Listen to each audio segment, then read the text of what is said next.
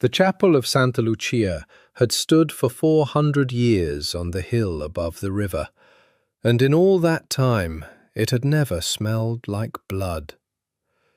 Damiano Russo pressed his palm against the cold stone of the catacomb wall and tried not to think about that fact, tried not to think about anything except the rhythm of his own breathing, ragged and shallow, each inhale dragging fire through the hole in his side.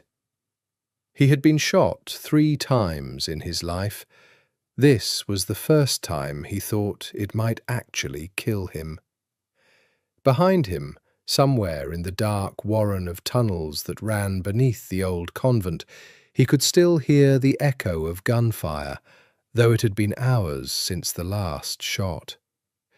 The sound lived in his skull now, a phantom rhythm that wouldn't leave. 12 men. He had walked into that warehouse with 12 men he trusted with his life, men whose fathers had served his father, men who had eaten at his table and sworn blood oaths beneath the Russo crest. 11 of them were dead. The 12th had put a bullet in his side and smiled while he did it. Salvatore. The name tasted like ash. His own underboss, his own blood, in the way that mattered more than DNA, forged in fire, in war, in a decade of building something out of the ashes of his father's empire. And Salvatore Greco had sold him to the Moretti syndicate for a price Damiano didn't even want to know, because knowing would only make the betrayal sharper, and right now, sharp was the last thing he needed. He needed dull. He needed dark. He needed somewhere to bleed quietly until either his body healed or it didn't. The tunnel forked ahead of him, one path curving toward what looked like an old wine cellar, the other narrowing into blackness. He chose the dark, because the dark didn't ask questions, and stumbled forward with one hand braced against stone and the other pressed to the wound at his ribs, feeling the warm seep of blood through his ruined shirt. He had grown up on stories of this place.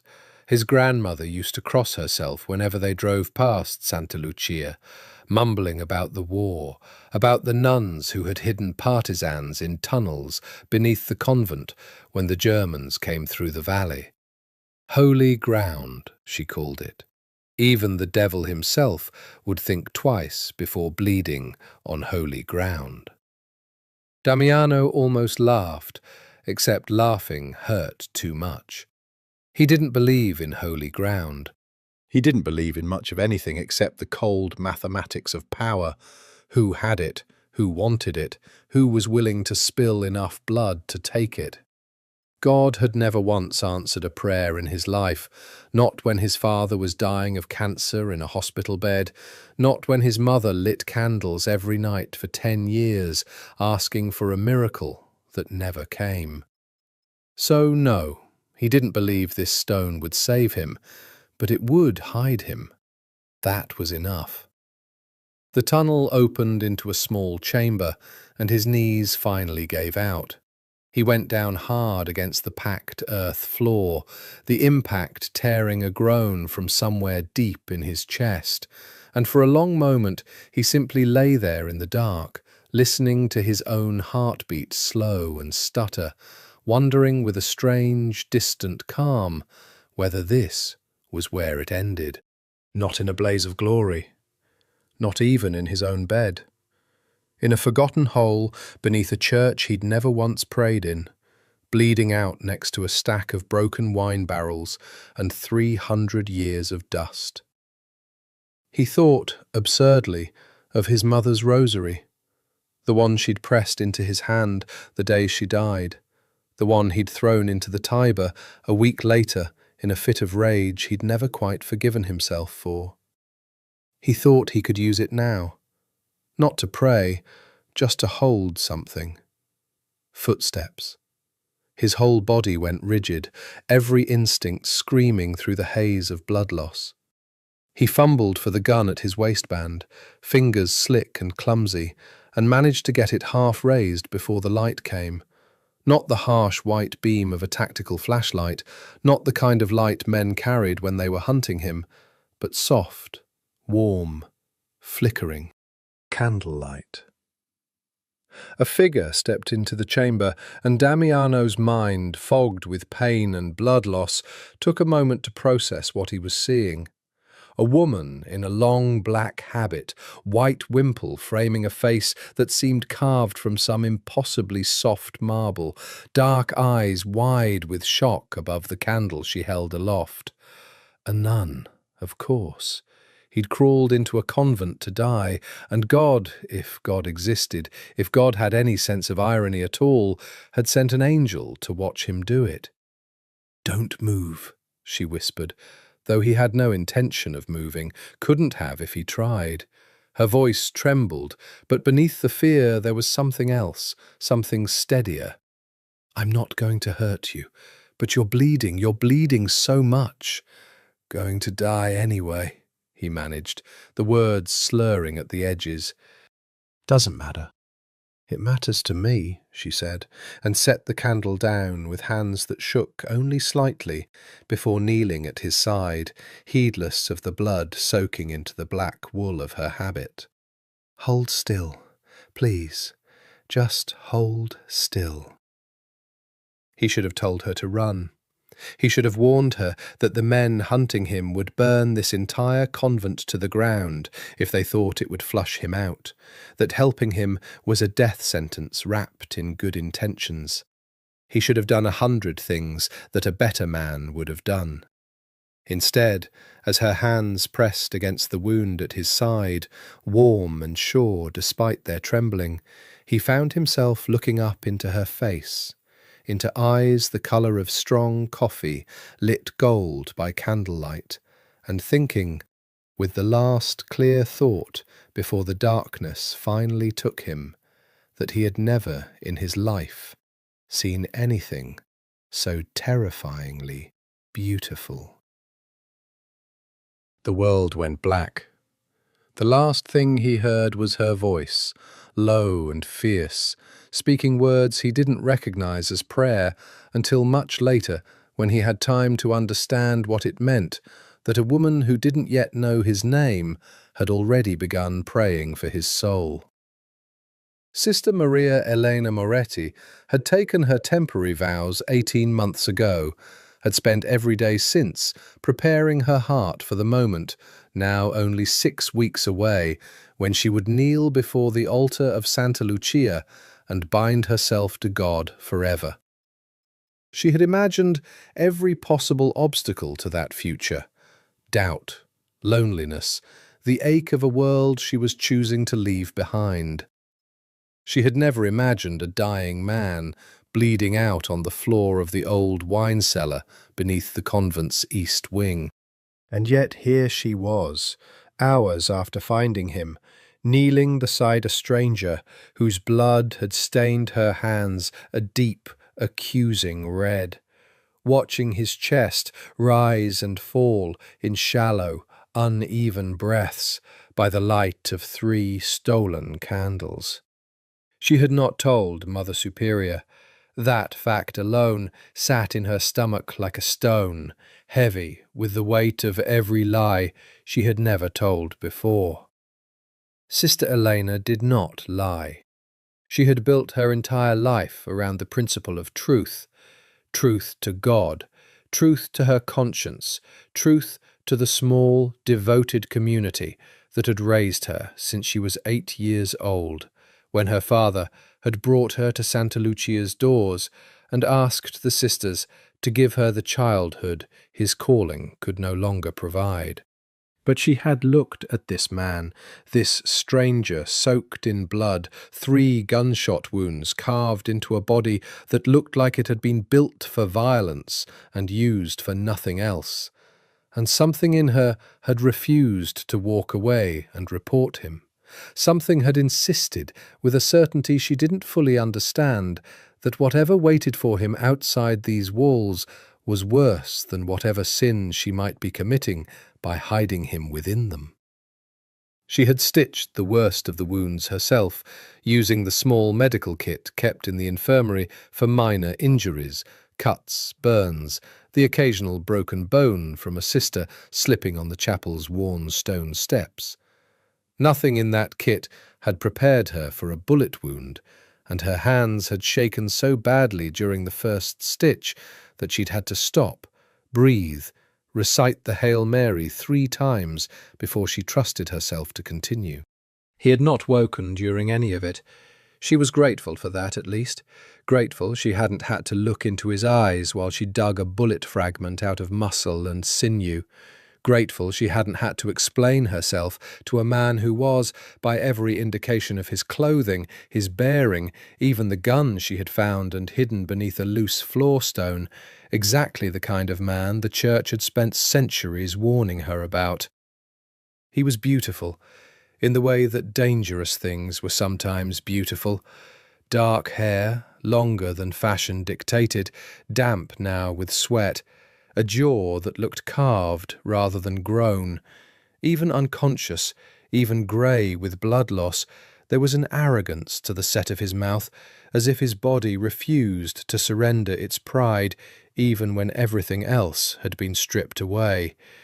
She made herself look away from his face, and focus instead on the wound at his side, checking the bandage for the 3rd time in an hour, watching for the spreading darkness that would mean infection, mean she had not done enough, mean she would have a man's death on her conscience for the rest of whatever life she had left to live. "You're a fool, Elena," she whispered to herself, the words barely audible even in the chamber's silence. A fool, and worse. The convent bells rang for vespers somewhere above her, muffled by stone and earth, and she startled at the sound, suddenly aware of how long she had been gone, how Sister Agnes would be looking for her, how questions would start to form if she didn't appear soon with some plausible explanation for her absence. She rose, smoothing down her habit with hands that still trembled, and looked down once more at the stranger she had chosen, for reasons she could not fully name, to save. "I don't know who you are," she murmured, "or what you've done to be hunted the way you clearly are. But you are in God's house now, whether you believe in him or not. And I think—" She paused, surprised by her own words, even as she spoke them. "I think he brought you here for a reason. I have to believe that. I have to believe there's a reason for everything, even this."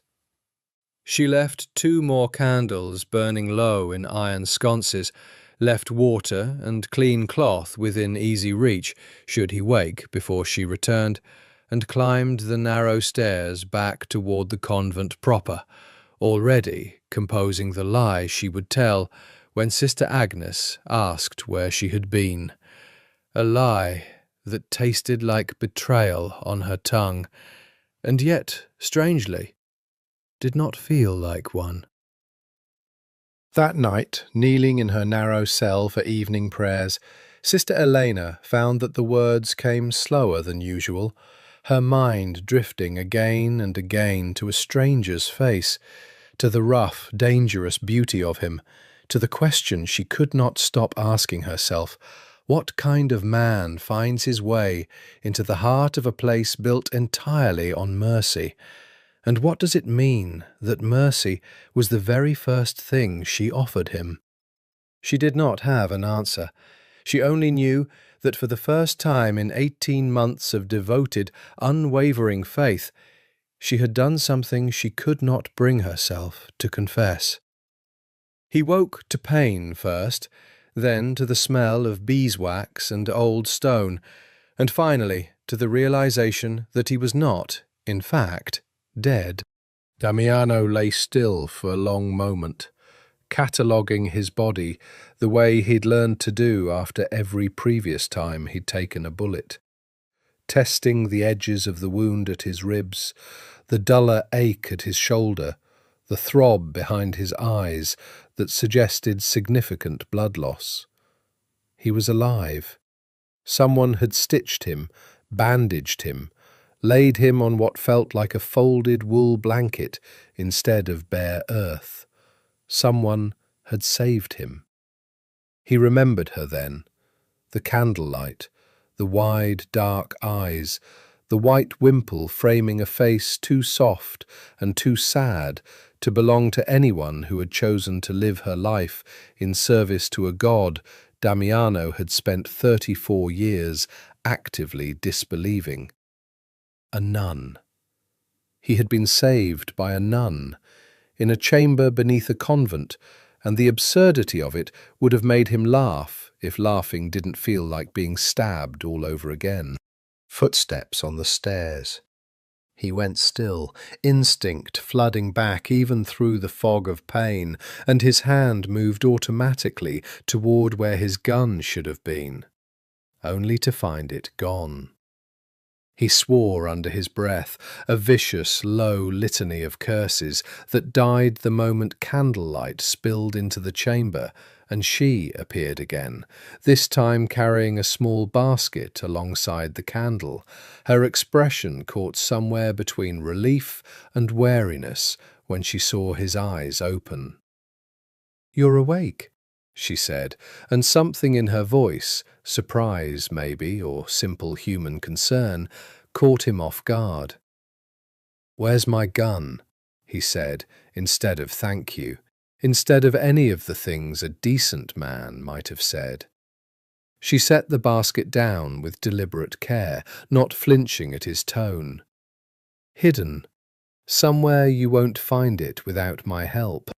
I wasn't about to leave a loaded weapon next to an unconscious man, even one I'd just spent 2 hours trying to keep from bleeding to death." He studied her in the candlelight, really studied her this time, beyond the haze of near death. She was younger than he'd first thought, maybe 24, 25, with a face that held none of the practiced serenity he associated with older religious women, the kind who'd had decades to smooth their features into something untouchable.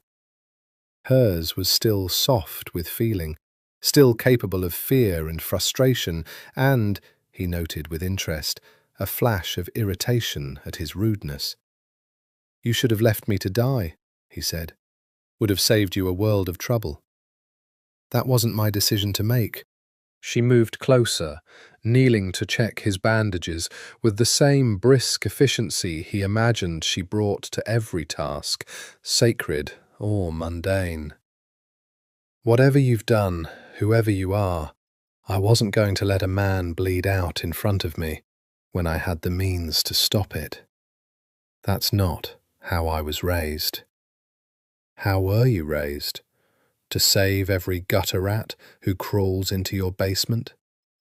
"To believe every life has value," she said simply, and something in the directness of it landed harder than he expected, lodging beneath his ribs in a place that had nothing to do with the bullet wound. "Even yours, apparently, though I confess you're testing that belief rather quickly." Despite himself, despite the pain and the fury still simmering at the edges of his thoughts, Salvatore's betrayal, the 11 dead men whose faces he could not stop seeing, Damiano felt the corner of his mouth twitch. "You've got a mouth on you for a nun. And you've got a mouth on you for a man who owes me his life," she countered, and there was steel under the softness, a backbone he hadn't expected. "What's your name?" He considered lying, considered telling her nothing at all, walling himself off the way he had with everyone since the day his father died and left him an empire of knives disguised as family. But something about the chamber, the candlelight, the silence, the strange, suspended unreality of the whole situation loosened his tongue in a way it hadn't been loosened in years. "Damiano," he said. Damiano Russo. If the name meant anything to her, she didn't show it, and he found himself oddly disappointed, then immediately furious at himself for the disappointment. Of course she didn't know him. She'd spent her life in this stone fortress of prayer and silence, untouched by the world he'd built from blood and fear. Why would she know the name of a man whose own city trembled at the mention of it? "Sister Elena," she said, "and you're going to stay very still while I check this wound, Damiano Russo, unless you'd like to undo all the work I put in last night." He let her work in silence after that, watching her face in the candlelight, noting the careful concentration in her dark eyes, the way her lips pressed thin with focus when she adjusted his bandage. There was something maddening about her composure, about the absolute lack of fear in a woman who had every reason to be terrified of him, of what he was, of what his presence in her sanctuary might bring crashing down on all of them. "You should be afraid of me," he said quietly, almost against his will. She looked up, met his eyes without flinching. "Should I?" "I've killed more men than you've prayed for. I'm not a good man, sister. I'm not even close." Something passed across her face, not fear, but a kind of sorrow, gentle and unhurried, the kind he imagined she reserved for the truly lost. "I didn't ask if you were good," she said. "I asked if I should be afraid. Those aren't the same question." He had no answer for that. For the first time in longer than he could remember, Damiano Russo found himself entirely without words, watching a young woman in a nun's habit tend his wounds with hands that trembled only slightly, and feeling something dangerous stir beneath the pain. Something that felt terrifyingly like the first crack in a wall he'd spent his whole life building. 3 days passed in the rhythm of secrets. Sister Elena learned the schedule of the convent better than she ever had in 18 months of living within its walls, learned exactly how many minutes she could disappear during the gap between lauds and breakfast, exactly which corridor Sister Agnes patrolled during the quiet hour after lunch, exactly how to carry bread and broth and clean linens beneath her habit's wide sleeves without anyone noticing the bulk of what she smuggled. She told herself it was mercy. She told herself every single time guilt rose hot and sour in her throat that Christ himself had dined with sinners, had touched lepers, had forgiven the very men who nailed him to the cross, and if that was the standard she had vowed to live by, then surely tending one wounded, blasphemous Mafia boss in the bowels of her convent could not be the gravest sin imaginable. But she knew, in the small, honest corner of her heart she could not quite silence, that mercy was not the only thing drawing her back to that chamber 3 times a day. "You're staring again," Damiano said on the 3rd evening, not opening his eyes, as if he could feel the weight of her gaze even through closed lids. He was healing faster than she'd expected, the wound at his ribs closing clean, the colour returning to his face, the dangerous vitality of him reasserting itself with every hour that passed.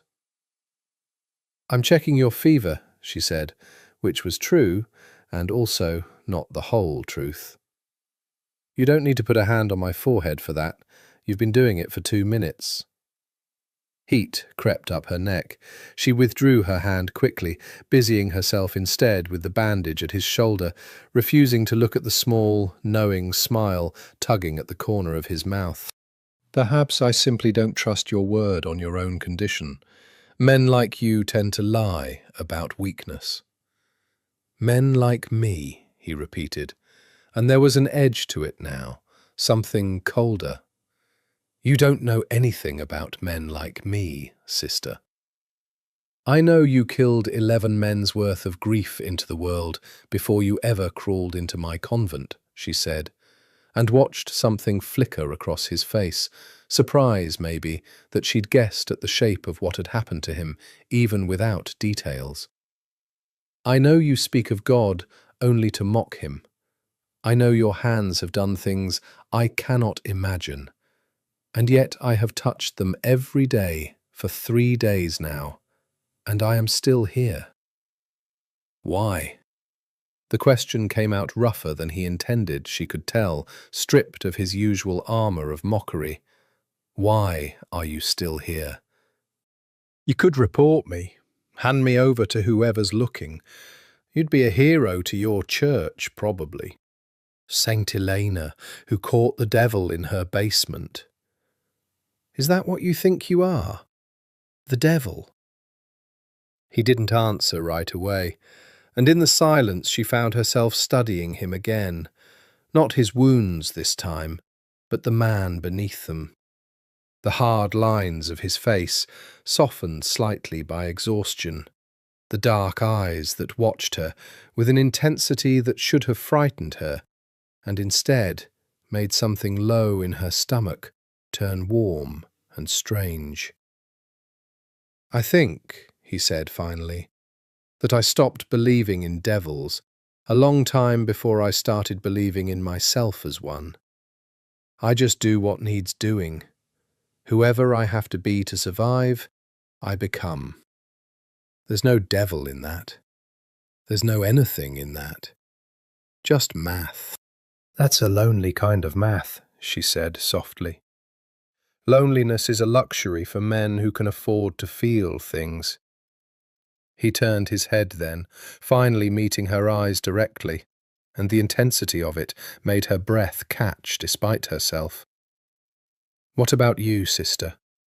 You're about to lock yourself away forever, give up every choice you might have made, every person you might have loved, every life you might have lived. Doesn't that frighten you?" "It's not a locking away," she said, though the question had landed somewhere tender, somewhere she hadn't expected him to find so quickly.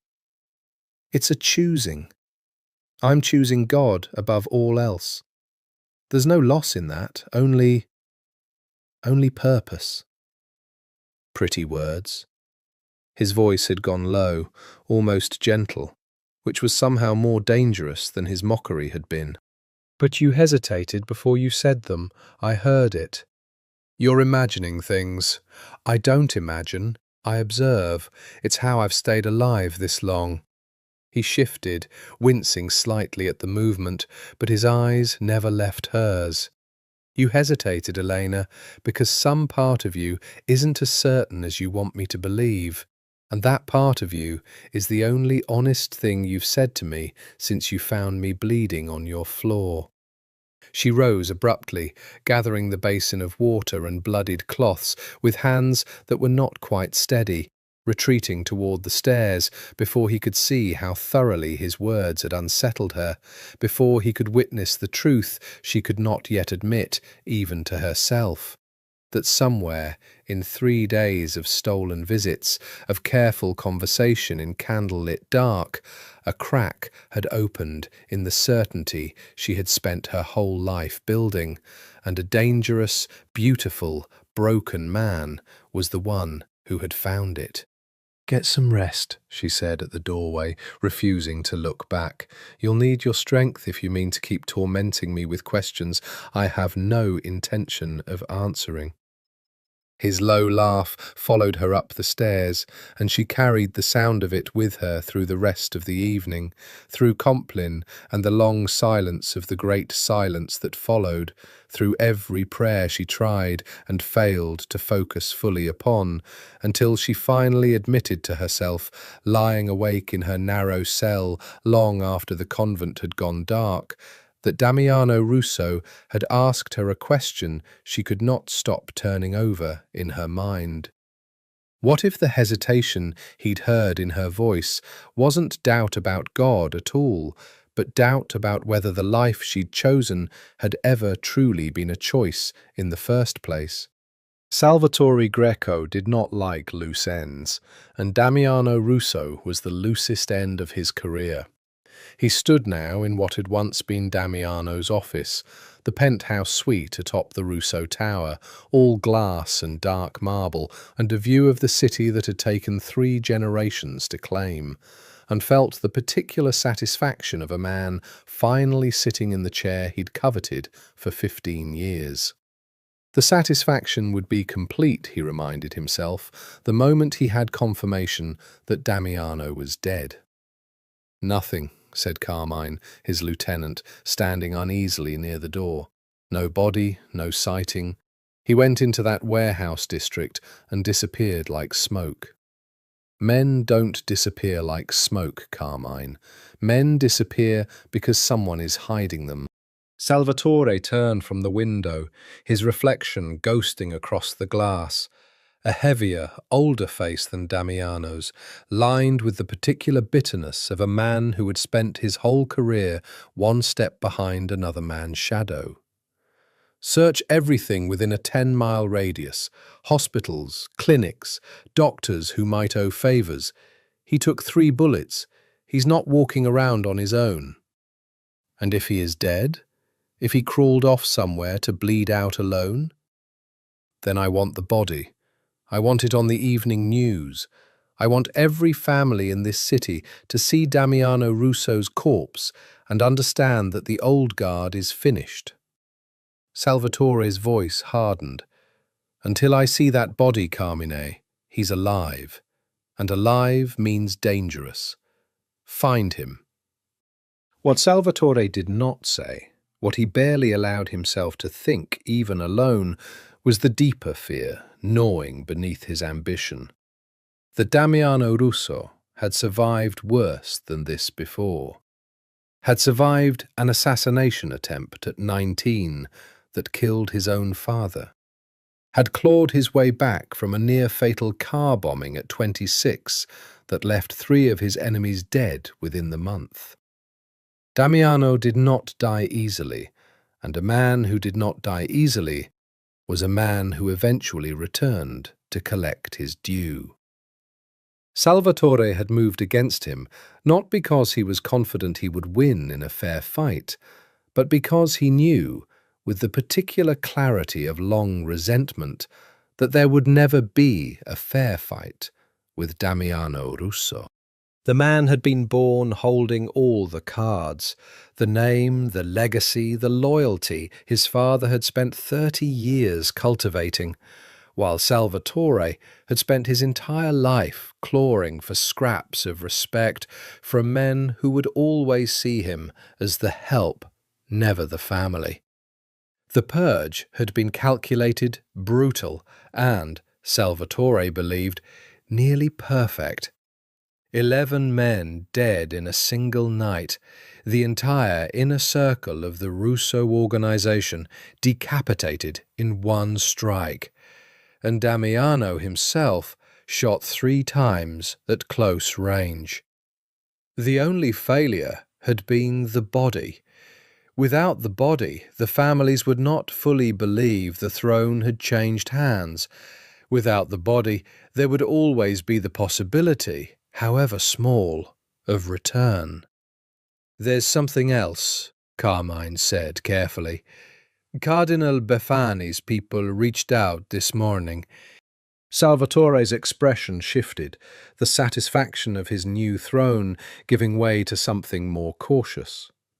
The cardinal's involvement in the Rousseau family's affairs had always been the kind of secret that required careful handling, decades of laundered donations flowing through Vatican accounts, properties quietly transferred, debts forgiven in exchange for influence that reached all the way to the College of Cardinals.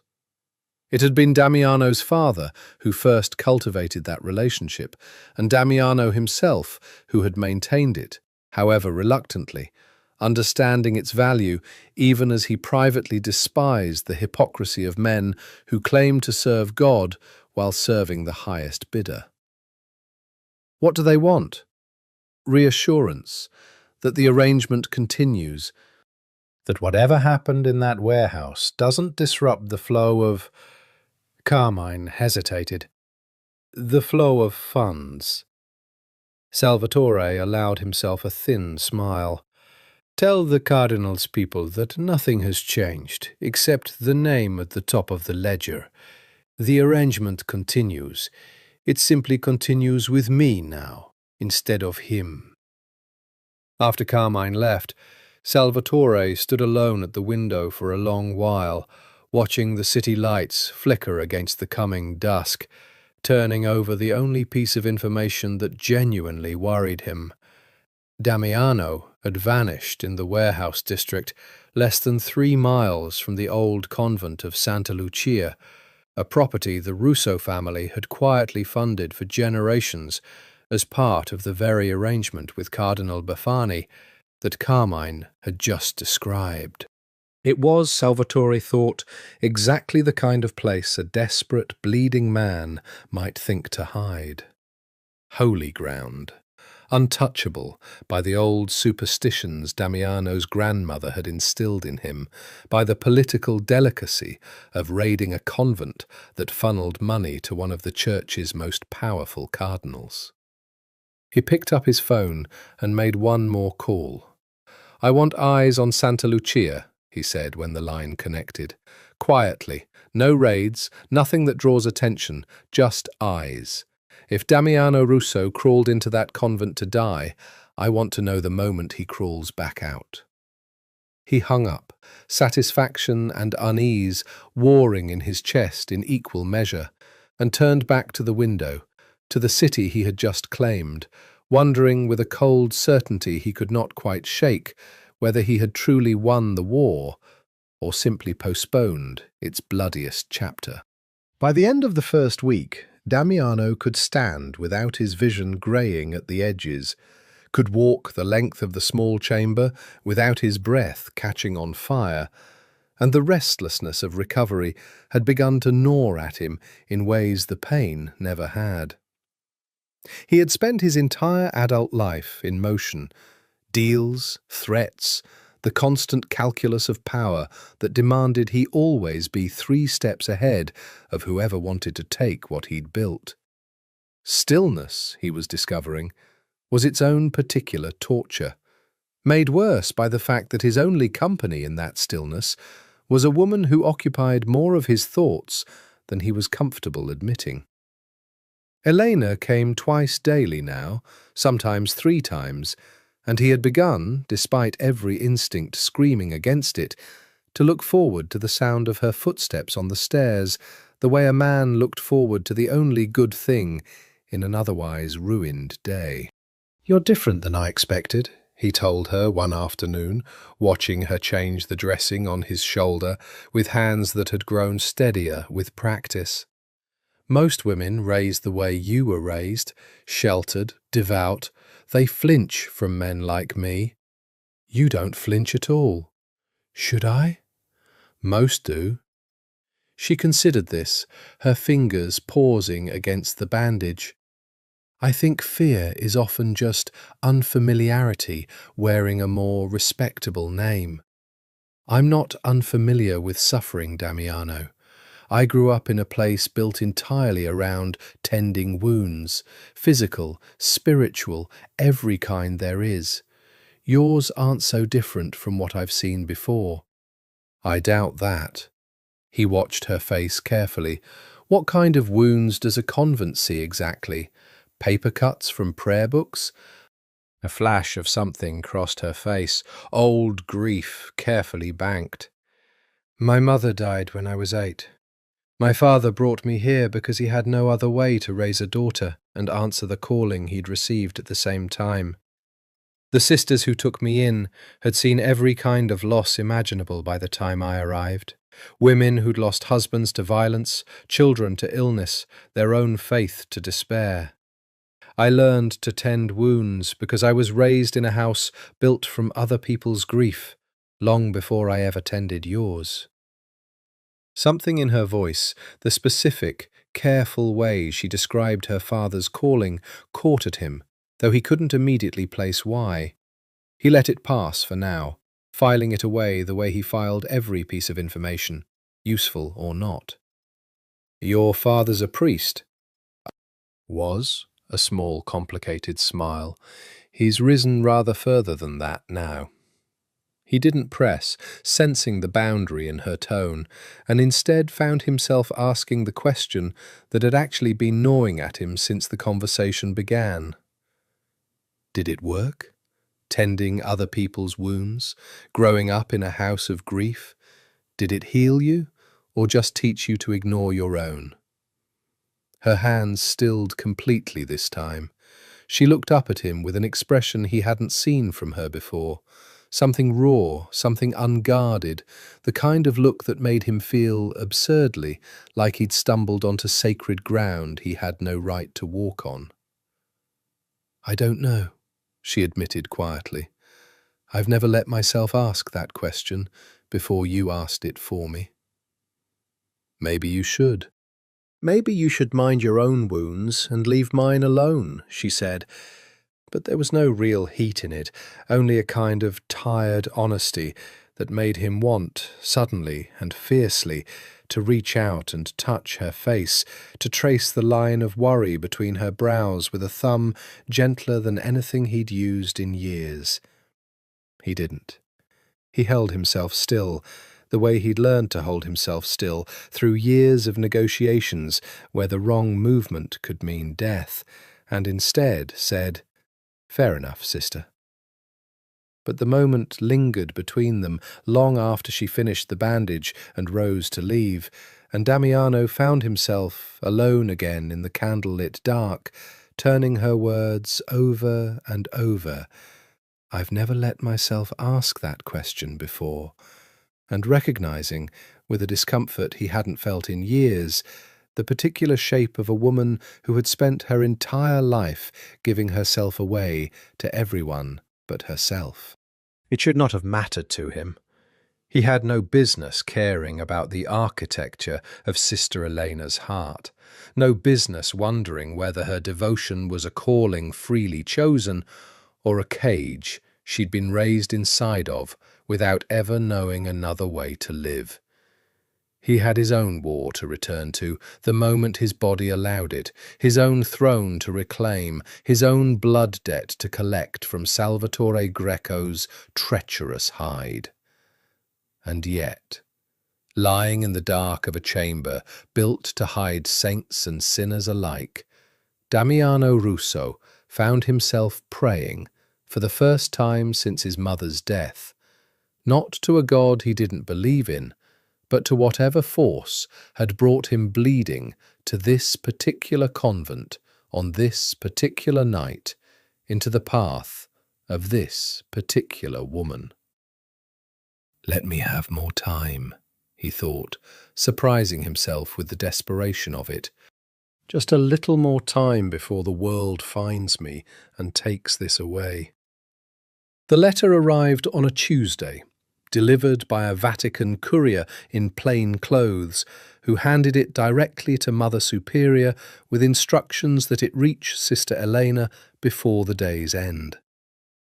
Elena recognized her father's handwriting immediately, the elegant, careful script he'd cultivated over decades of writing homilies, encyclicals, and now the weighty pronouncements of his office, and her hands trembled slightly as she broke the seal in the privacy of her cell.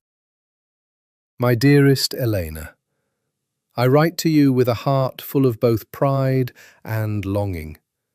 In 6 weeks you will take your final vows, and I confess I find myself overwhelmed at the thought of the woman you have become, the woman your mother would be so proud of, the woman I know God has called to a life of profound service.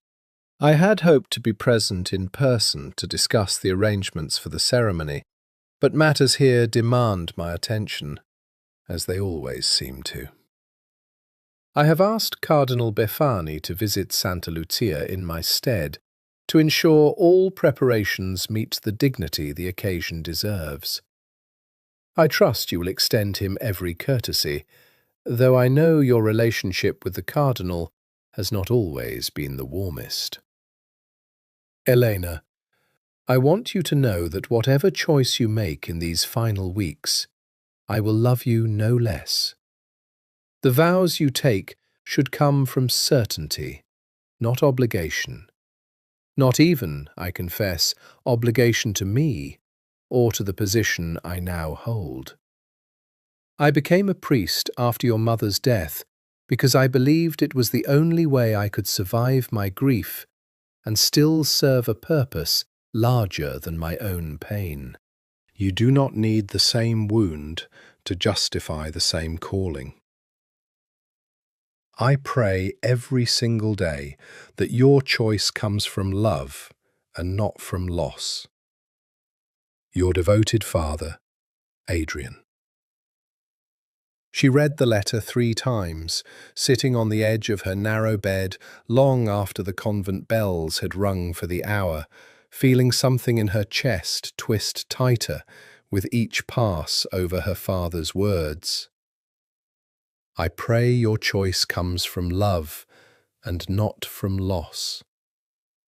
He had no way of knowing how precisely the question cut, no way of knowing that for the first time in 18 months of unwavering certainty, she had begun to wonder if her devotion had ever been entirely her own. She thought of her father often, Pope Adrian VII, the man the world now called Holy Father, who had once simply been Father Antonio Moretti, a young priest grieving a wife he'd loved with his whole soul, raising a daughter he could not bear to lose, even as his calling pulled him deeper into the church's highest offices. He had given her to Santa Lucia not out of abandonment, she knew, but out of love so fierce it had frightened him, the fear that his own grief might poison her childhood if he tried to raise her alone, the belief that the sisters could give her a stability and faith he was too broken to provide. She had grown up believing his sacrifice and her own calling were the same shape, cut from the same cloth of devotion.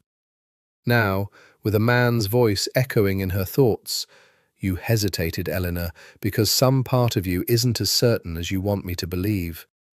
She found herself questioning, for the first time, whether she had ever truly chosen this life, or simply inherited it. She folded the letter carefully and made her way down to the chamber beneath the convent later that evening, carrying bread and the weight of a question she hadn't intended to ask aloud. "You're quiet tonight," Damiano observed, watching her from where he sat propped against the stone wall, far stronger now than he'd been even a few days before. "Something's wrong." "My father wrote to me," she said, setting down the basket with more force than necessary. "About my final vows, about choosing freely." "And did you?" His voice was careful, watchful. "Choose freely?" "I was 8 years old when I came to live here, Damiano. I don't know what a free choice even looks like for someone who's never known another life to choose from." The honesty of it surprised her, even as she said it, the words tumbling out faster than she could moderate them. "Everyone tells me this is my calling. My father believes it, Mother Superior believes it, I believed it. For 18 months I have believed it completely, and now you've met a man who makes you doubt it," he finished. And there was no triumph in his voice, only a strange, quiet gravity that surprised her more than mockery would have. "Now I've met a man who asks questions I should never have let myself consider," she corrected. "That's not the same as doubting my calling. That's simply becoming aware that the calling has never been tested before. A faith untested isn't faith at all.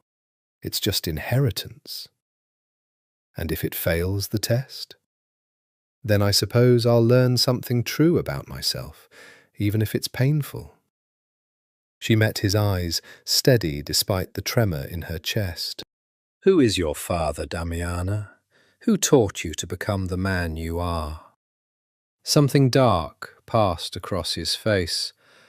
"My father taught me that power is the only language the world actually speaks. Everything else, love, faith, mercy, is just decoration people use to make the language sound prettier. He died believing it. I've spent 15 years proving him right. That sounds like a very lonely inheritance. It is. He looked at her then, with an intensity that made her breath catch. But you're the first person in a long time who's made me wonder if he might have been wrong.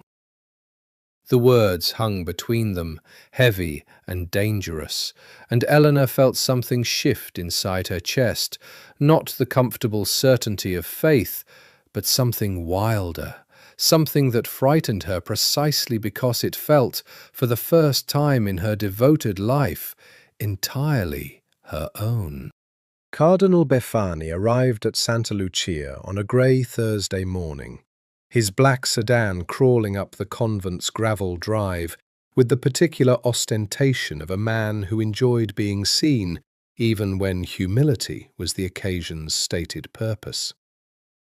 Mother Superior received him in the small parlour reserved for important visitors.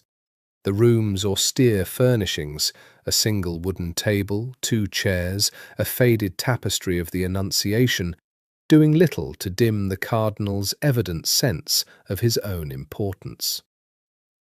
His Holiness asked me to personally ensure the preparations for Sister Elena's final vows meet appropriate dignity, Befani said, accepting tea he did not particularly want, his eyes moving around the room with the assessing quality of a man who had spent decades learning to read value in unlikely places.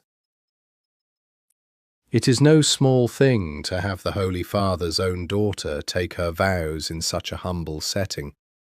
Some have suggested a more prominent ceremony, perhaps in Rome itself.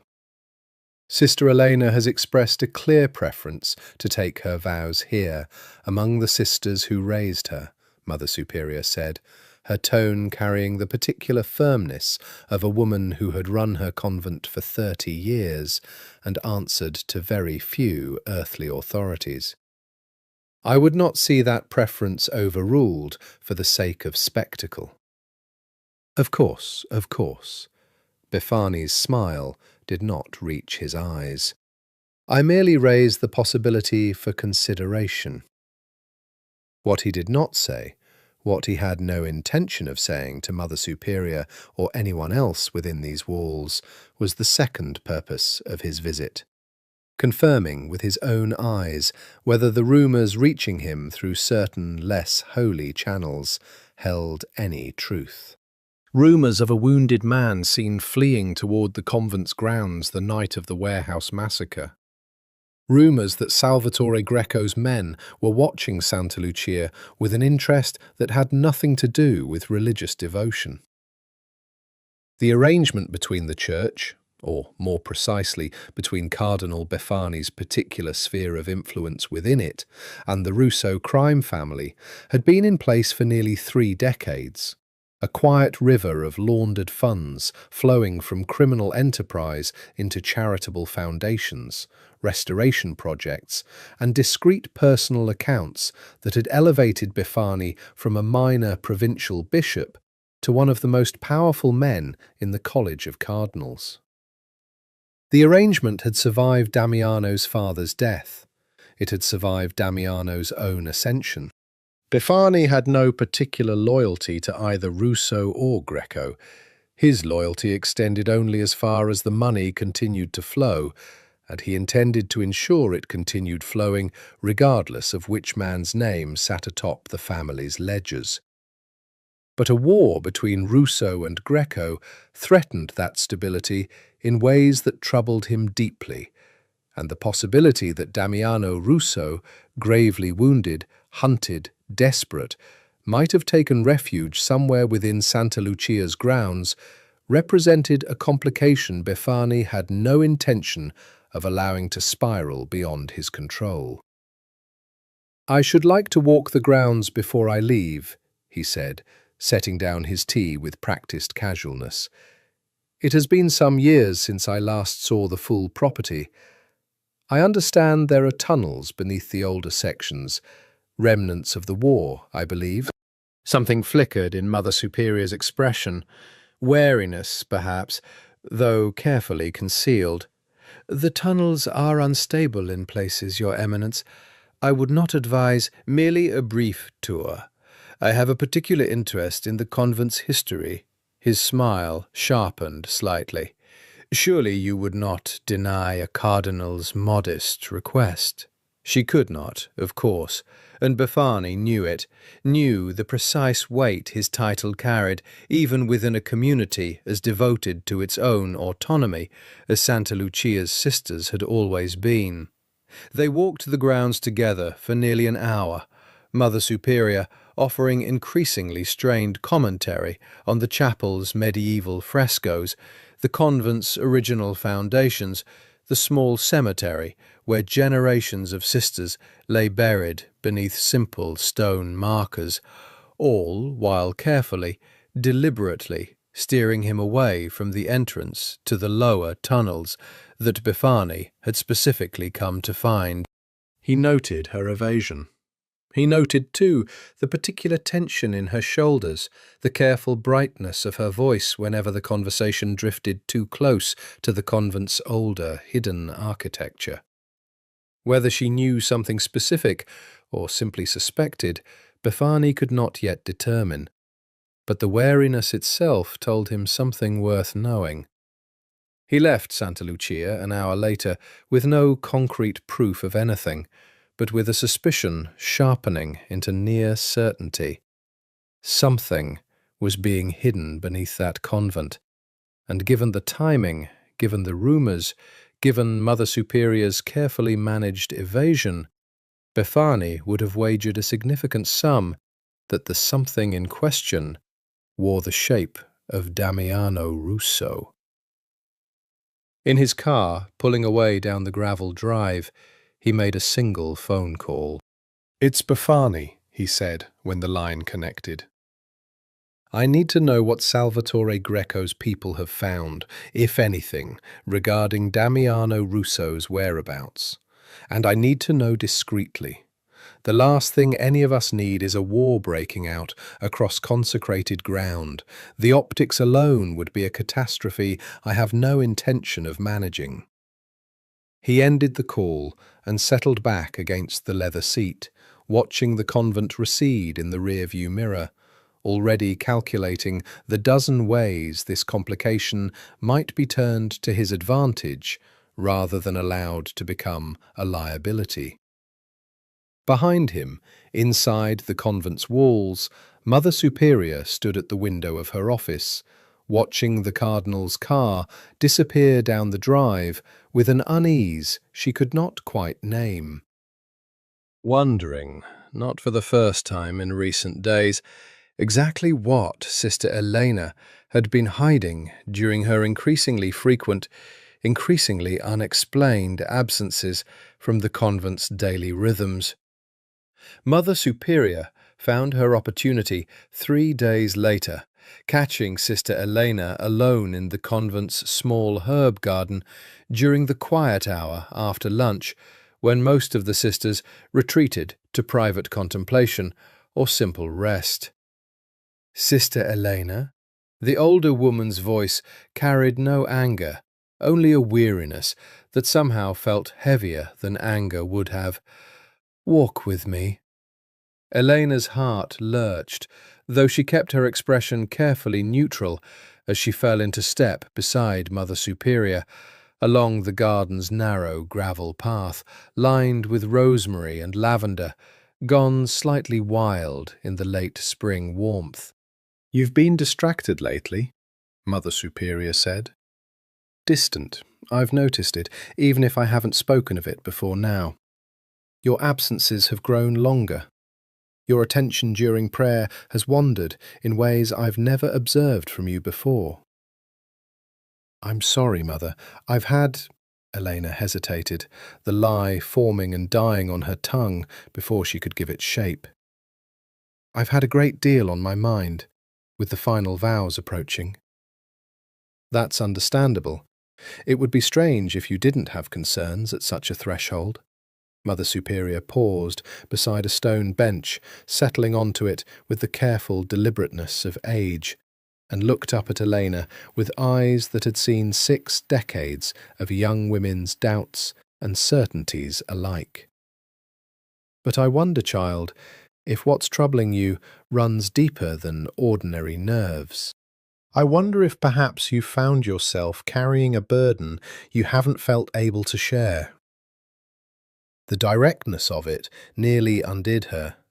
Elena sat slowly on the bench beside Mother Superior, hands clasped tightly in her lap, fighting the overwhelming urge to confess everything: the chamber, the wounded man, the questions he'd awakened in her that she could not silence, no matter how fervently she prayed.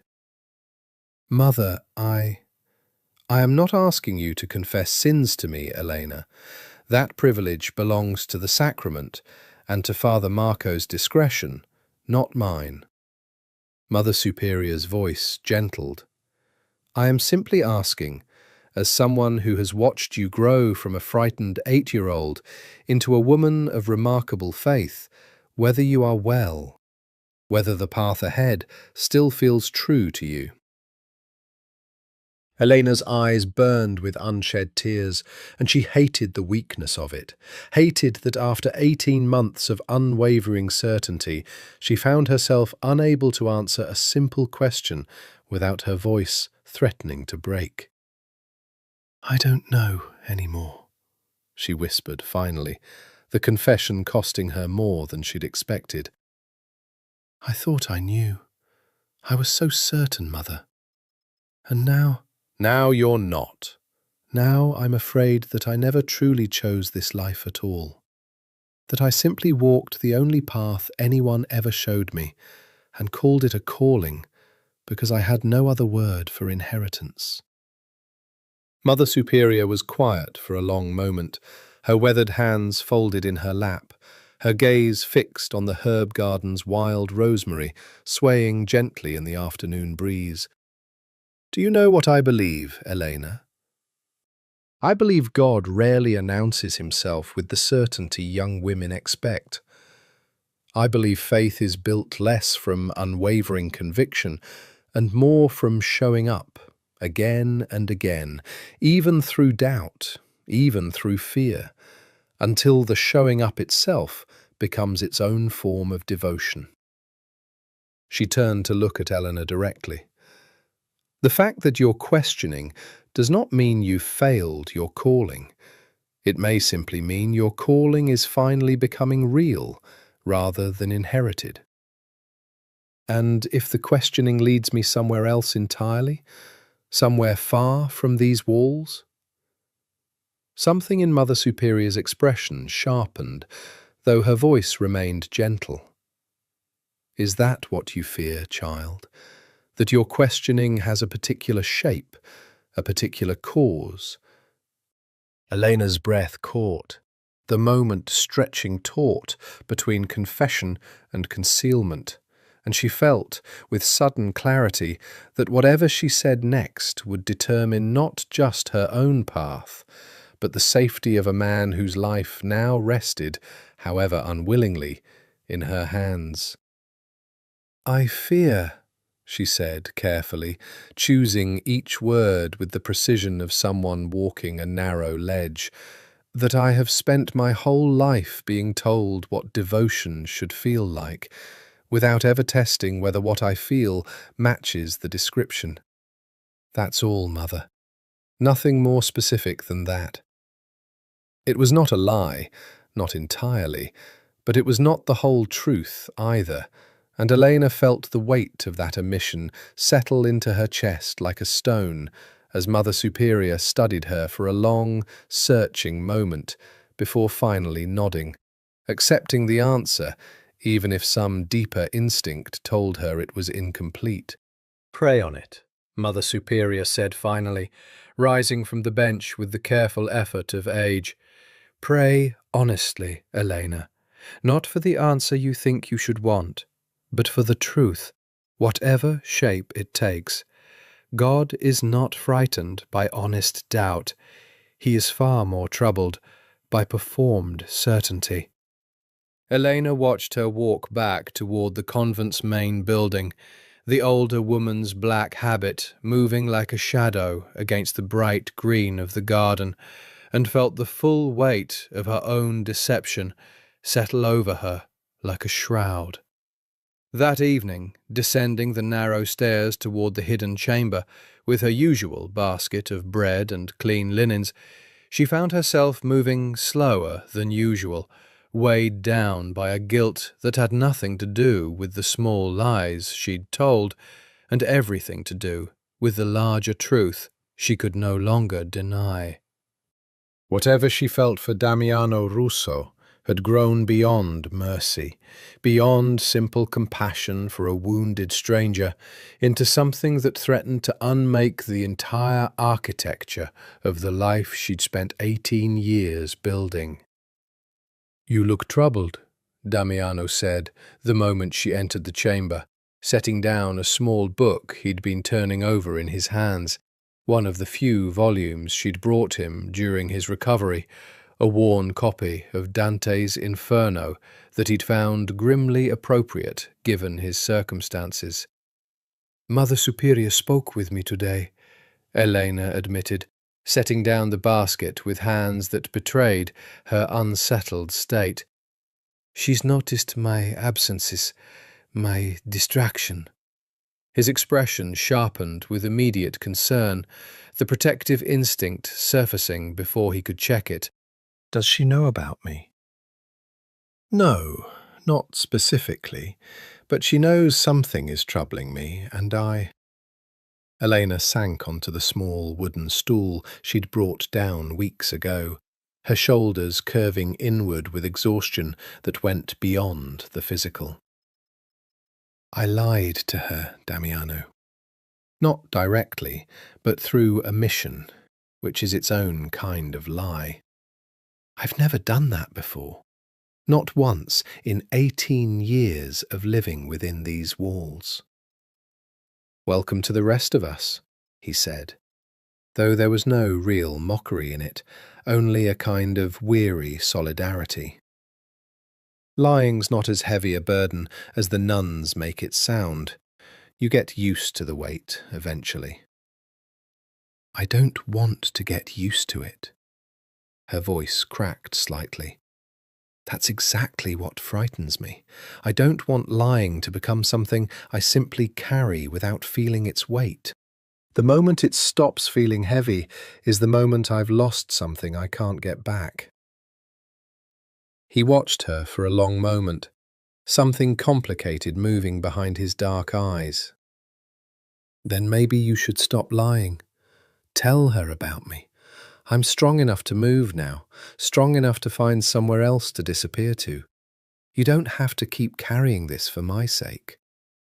The offer surprised her, surprised them both, perhaps, given the genuine reluctance she could see warring behind his eyes even as he made it. "Is that what you want? To leave?"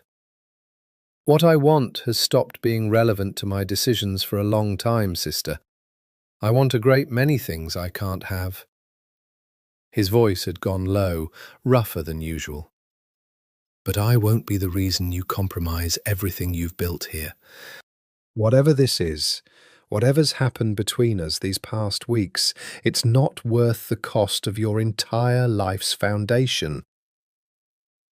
"And if I told you," Eleanor said slowly, surprising herself with the words even as she spoke them, "that I'm no longer certain my life's foundation is as solid as I once believed?" The air in the chamber seemed to still. Damiano rose from where he'd been sitting, moving toward her with the careful, deliberate steps of a man still healing, until he stood close enough that she could feel the heat radiating from his body, close enough that she had to tilt her head back to meet his eyes. "Don't say things like that because of me," he said, his voice rough with something that sounded almost like warning, almost like fear. Don't let 3 weeks in a basement with a dying criminal undo 18 years of conviction. I'm not worth that, Eleanor. Whatever I've stirred up in you, it's not love. It's proximity. It's danger dressed up as feeling. It'll fade the moment I'm gone, and you'll be left having burned down your entire life for nothing. You don't get to decide what I feel, she said, and there was steel in it now, the same steel he'd noticed that very first night, before either of them understood what was beginning to grow between them. I've spent my whole life letting other people decide what I should feel, what I should want, what shape my devotion should take. I won't let you do the same, even if your intentions are kinder than theirs were. Eleanor. I'm not saying I'm leaving the convent. I'm not saying I know what any of this means. Her voice trembled, but she did not look away from him. I'm only saying that whatever I feel when I'm with you is the most honest thing I've felt in years, and I won't pretend otherwise just because it frightens you to hear it. For a long moment, neither of them moved.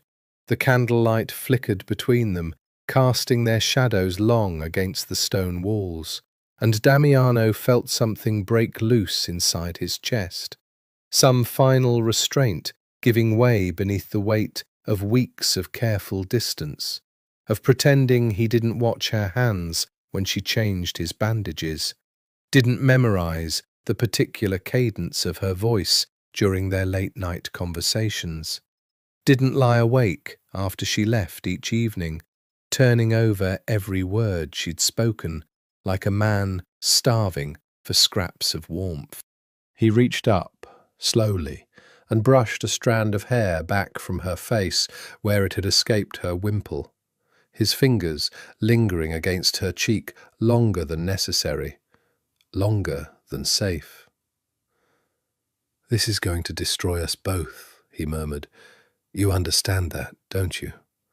Whatever this is between us, it has no future. You belong to God, and I belong to blood and fire. There's no version of this story that ends well." "I know," Eleanor whispered, and did not pull away from his touch. "I know, and I still can't make myself stop wanting to be near you. What does that say about my faith, Damiana? What does that say about me?" "It says you're human," he said softly, "just like the rest of us. Maybe that's the only honest thing either of us has discovered down here." He did not kiss her, though every instinct screamed for him to close the remaining distance between them. He simply held her face in his hand, feeling the warmth of her skin, the slight tremble of her breath, and understood with absolute terrifying clarity that whatever happened next, whatever the world eventually demanded of them both, he had already fallen too far to climb back out unchanged. The discovery came not from Mother Superior's careful suspicion, nor from Cardinal Bafani's calculating investigation, but from the simplest and most dangerous source of all, a careless mistake. Sister Agnes, the convent's youngest member, besides Elena herself, had taken to delivering supplies to the lower storage rooms each Thursday, a task she performed without complaint, despite the dim lighting and persistent damp that made the older sisters avoid the chore when possible. On this particular Thursday, carrying a crate of preserved vegetables toward the wine cellar's storage shelves, she heard a sound that did not belong in an empty cellar.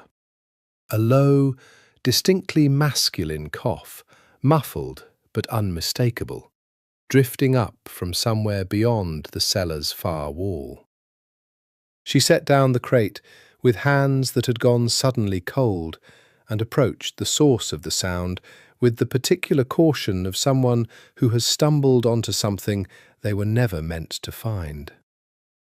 The narrow gap behind the old wine racks, the one she'd always assumed led nowhere significant, revealed itself under closer inspection to be the entrance to a passage she'd never explored, dimly lit by what looked like the glow of a candle burning somewhere deeper in the dark. She did not investigate further. Sister Agnes was young, but not foolish, and something in the particular quality of her fear told her this was knowledge that belonged immediately and without delay in Mother Superior's hands rather than her own. By the time Elena descended for her evening visit, carrying the usual basket of bread and medicine, Mother Superior was already waiting at the base of the stairs, her expression carved from a grief so profound it took Elena's breath away. "Sister Elena," Mother Superior said quietly, and the use of her full title, formal, distant, nothing like the warmth of their conversation in the herb garden days before, told Elena everything she needed to know about how thoroughly her secret had unravelled. "I think it's time you explained yourself." Elena's basket slipped from her fingers, bread tumbling across the stone floor as the full weight of discovery crashed over her. "Mother, please, let me explain." "Explain what, exactly? That you've been hiding a man, a wounded, presumably dangerous man, beneath this convent for nearly a month, lying to me, lying to your sisters, lying to God himself about the nature of your absences?" Mother Superior's voice, usually so measured, cracked with something close to anguish. "Do you have any understanding of what you've risked? Not just your own soul, child, but the safety of every woman within these walls." "I couldn't leave him to die," Elena said, the words tumbling out in desperate defence. "He came here bleeding, dying, with nowhere else to go. What would you have had me do, Mother? Turn away a dying man because helping him was inconvenient to my vows?" "I would have had you tell me," Mother Superior said, "so that the burden of that choice did not fall on your shoulders alone. So that whatever risk we chose to take, we chose it together as a community, not in secret, not built on a foundation of lies that could have destroyed everything we've built here if it had been discovered by the wrong hands instead of mine." The truth of it landed hard, and Elena felt shame rise hot in her throat, recognizing in Mother Superior's words a wisdom she'd been too frightened, too consumed by her own growing feelings to seek out herself. "Who is he?" Mother Superior asked, quieter now, though no less serious. "I need to know exactly what danger we've harboured within these walls." Elena hesitated only a moment before answering, understanding that the time for partial truths had ended. "His name is Damiano Russo. She swallowed hard. "He's the head of the Russo crime family. Or he was, before someone tried to kill him and take his place." Mother Superior's face went pale, the full magnitude of the situation settling over her features. "Dear God! Elena, do you understand what you've done? The Russo family's enemies are not the kind of men who respect consecrated ground. If they discover he's here—" "I know," Elena said softly. "I've known the danger since the first night. I chose to help him anyway." "Why?" The question carried genuine bewilderment, the kind that demanded honesty above all else.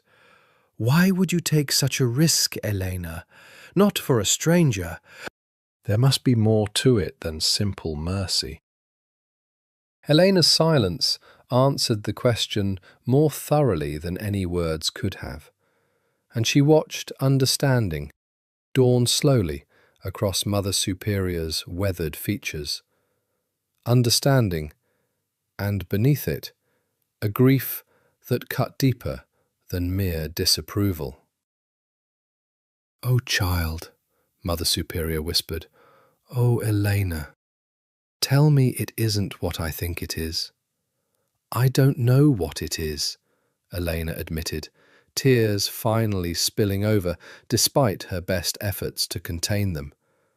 I only know that something has changed in me these past weeks that I cannot pray away, cannot reason away, cannot will myself back into the certainty I had before he came.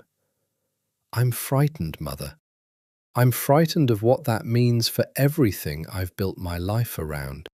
Mother Superior was quiet for a long moment, studying the younger woman's tear-streaked face with an expression caught somewhere between sorrow and something almost like compassion. "We will deal with the danger first," she said finally, her voice steadying with practical resolve, even as her eyes remained heavy with concern.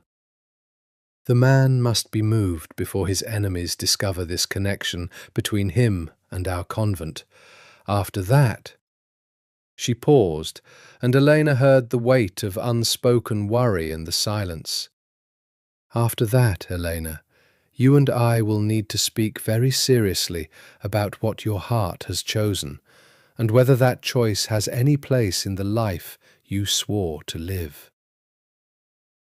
He was gone within 2 days, and the speed of his departure left a hollowness in Elena's chest that frightened her more than the discovery itself had.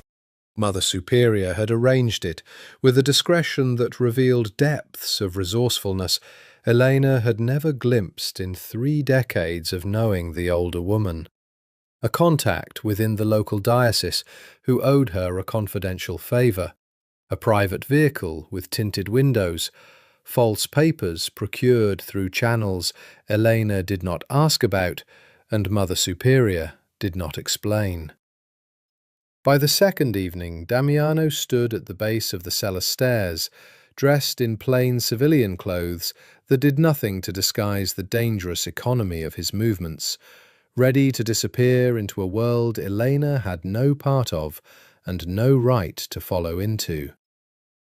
"You don't have to do this," she said, the words feeling inadequate even as she spoke them, knowing there was no alternative that didn't end in greater danger for everyone involved. "You're still healing." "I'm healed enough." His voice was carefully controlled, the walls she'd watched come down over weeks of careful conversation, rebuilding themselves brick by brick before her eyes. "Staying any longer puts you and every woman in this convent at risk. I won't be the reason innocent people die for my sake." "Where will you go?" "Somewhere safe. Somewhere I can plan my next move without Salvatore's men finding me first." He paused, something flickering across his face that he quickly suppressed. "It's better this way, Elena. For both of us." "Is it?"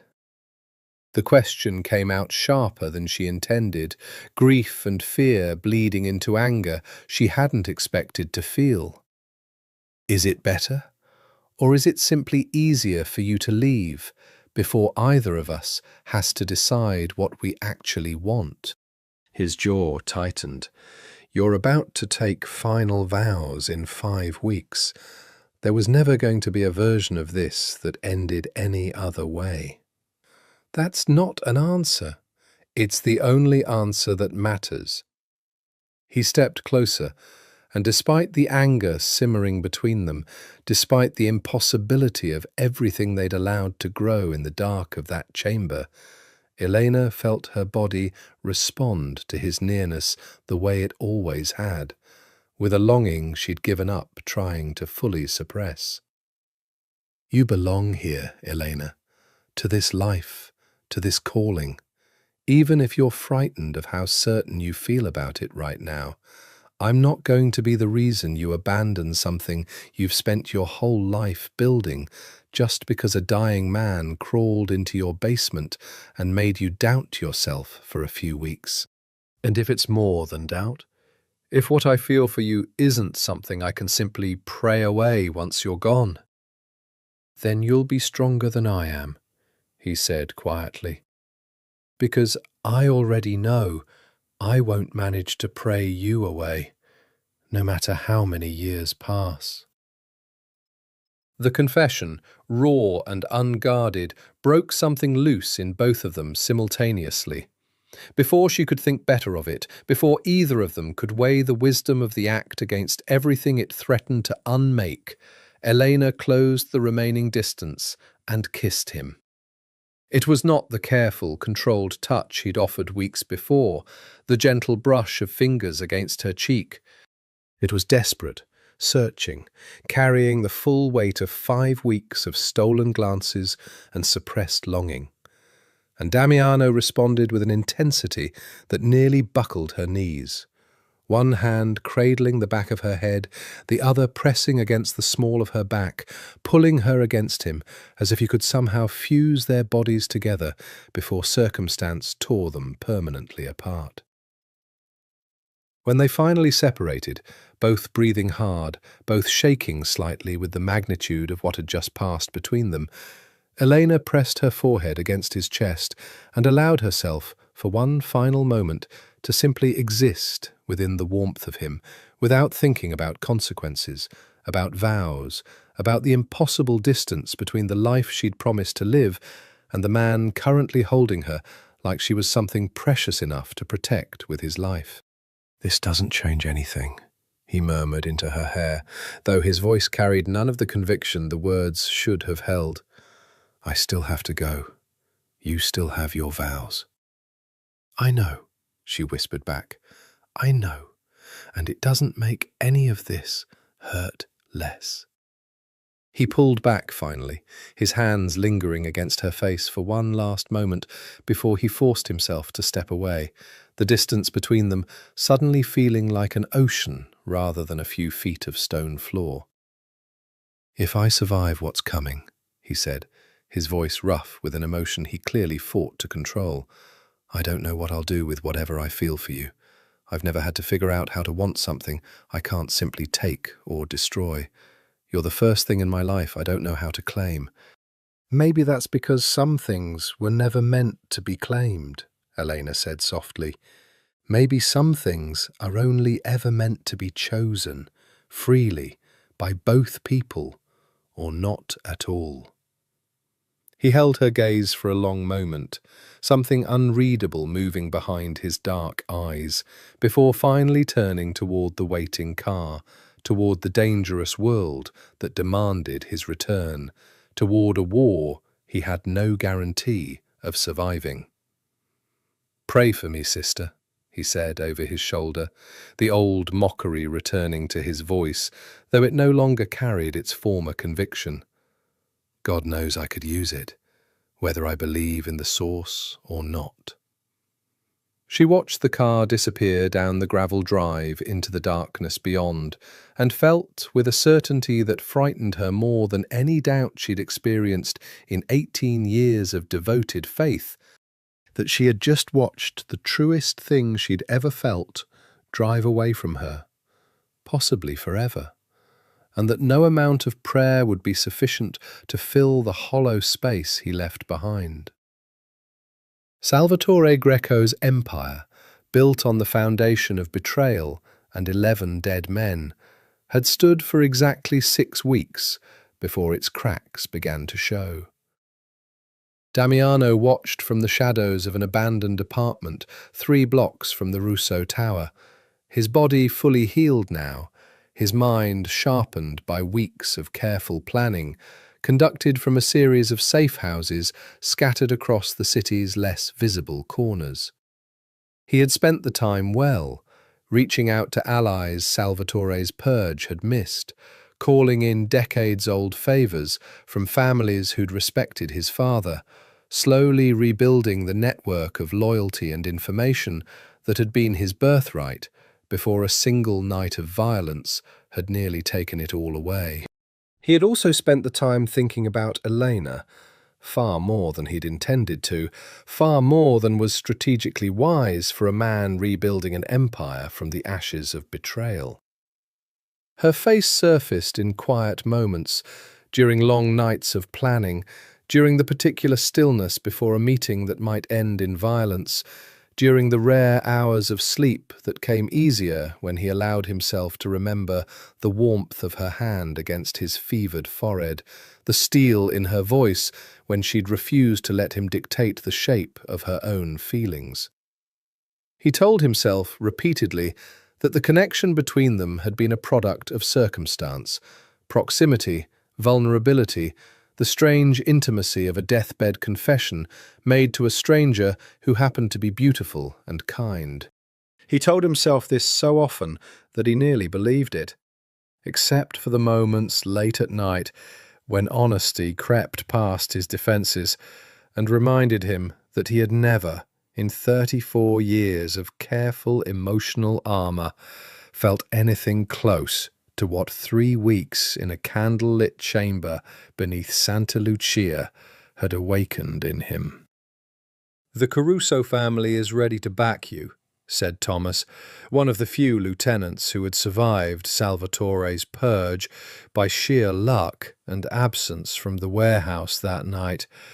"And the Brindisi brothers, though they want assurances about territory before they commit fully."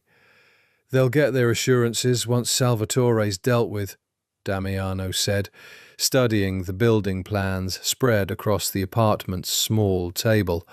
The Russo Tower's security layout, memorized and rememorized until he could navigate it blind. "What about the Cardinal?" Thomas hesitated. "Befani's been making inquiries, quiet ones, but persistent. He knows something happened at Santa Lucia, even if he doesn't have proof of what." Damiano's expression hardened.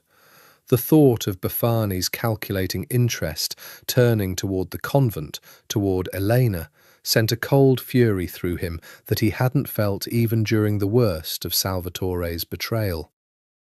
"Make sure his inquiries lead nowhere. I don't care what it costs. The convent stays out of this entirely." "That might not be possible for much longer," Thomas said carefully. "Word is Salvatore's men have been watching Santa Lucia for weeks. If they connect you to the place, they won't." The words came out harder than intended, edged with a possessiveness that surprised even him. "I'll handle Befani and Salvatore both, but the convent does not become collateral in this war. Are we clear?"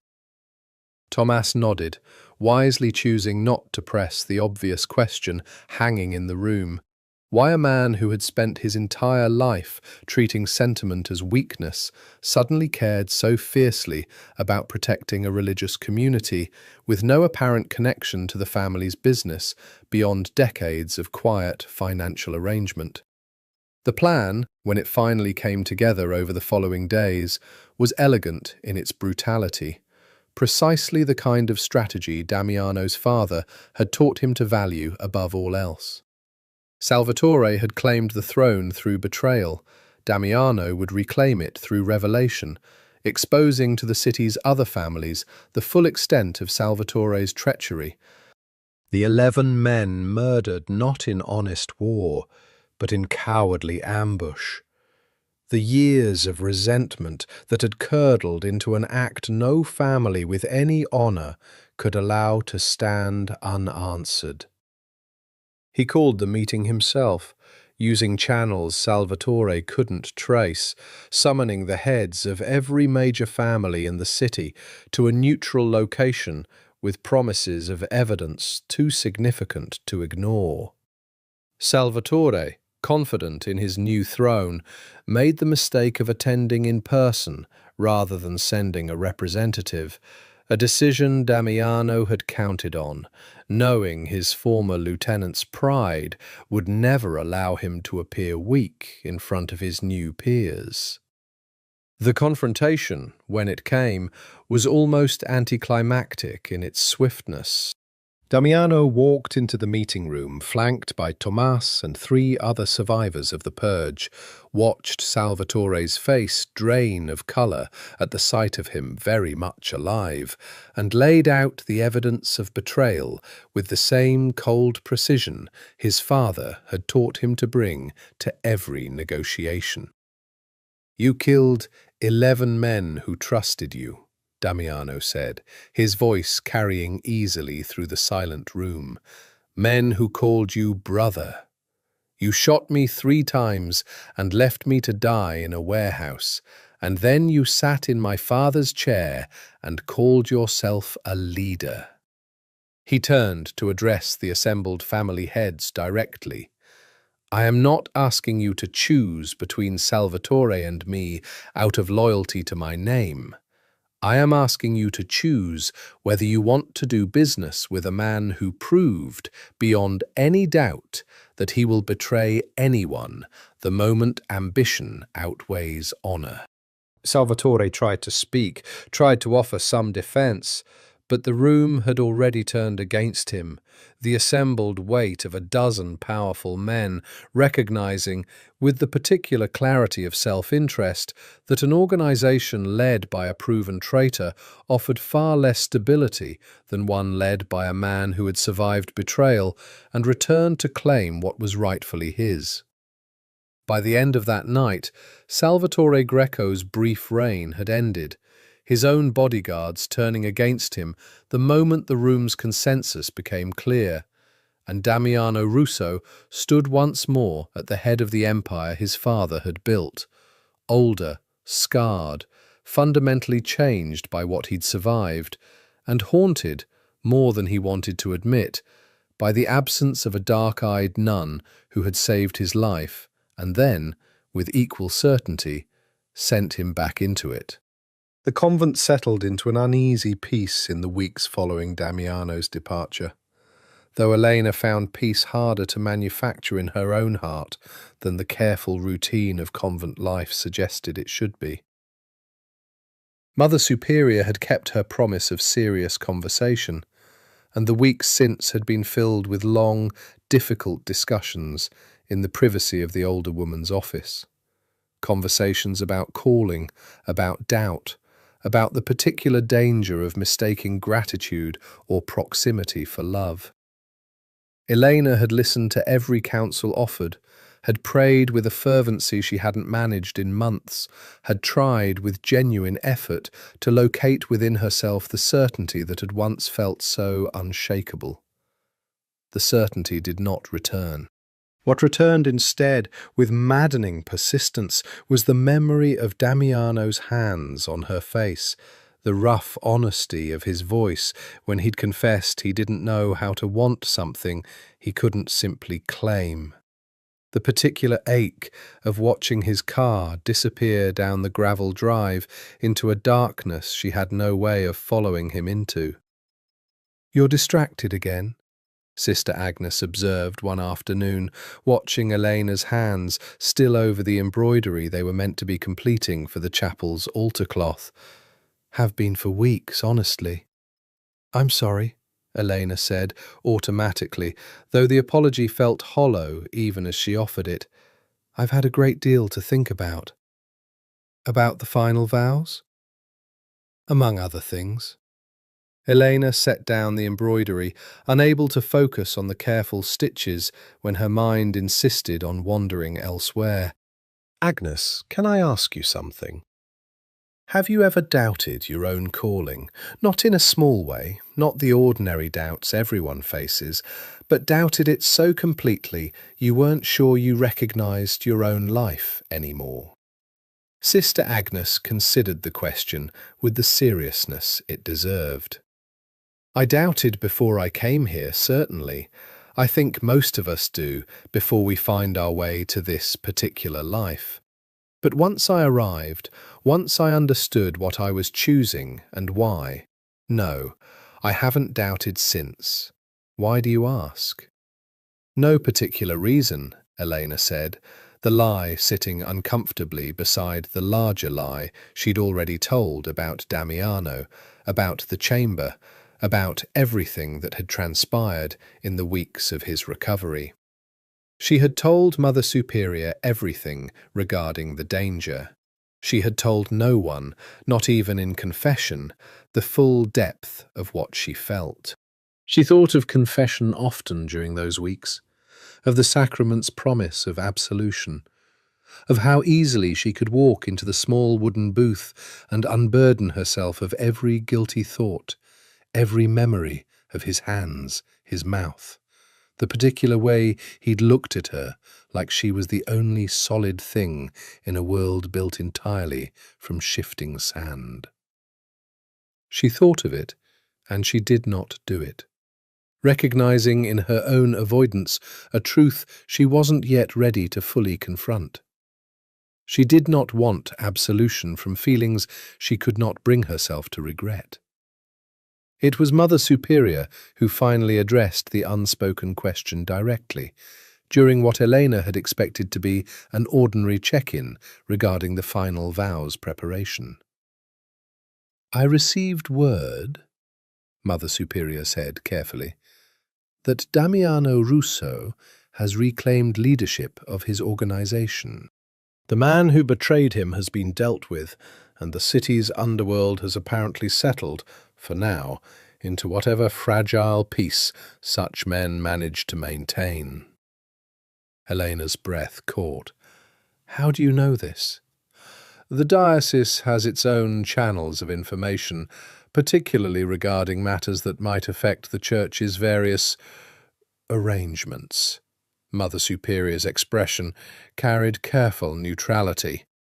"I tell you this, not to reopen wounds you're working to heal, but because I believe you deserve to know he survived, given everything you risked to ensure that outcome." "Thank you," Elena said softly, gratitude and grief tangling together in her chest in equal measure. "Elena," Mother Superior's voice gentled, "I need to ask you, honestly, where your heart stands now that the danger has passed, now that you've had weeks to consider everything that happened. The final vows ceremony is in 3 weeks. If there is any part of you still uncertain, any part of you that needs more time, I would rather delay the ceremony than see you bind yourself to a vow you cannot keep with your whole heart." The offer, generous and unexpected, nearly undid Elena's careful composure entirely. "I don't know," she admitted, the honesty costing her dearly. "I want to want this with my whole heart, Mother. I want the certainty I had before he came here.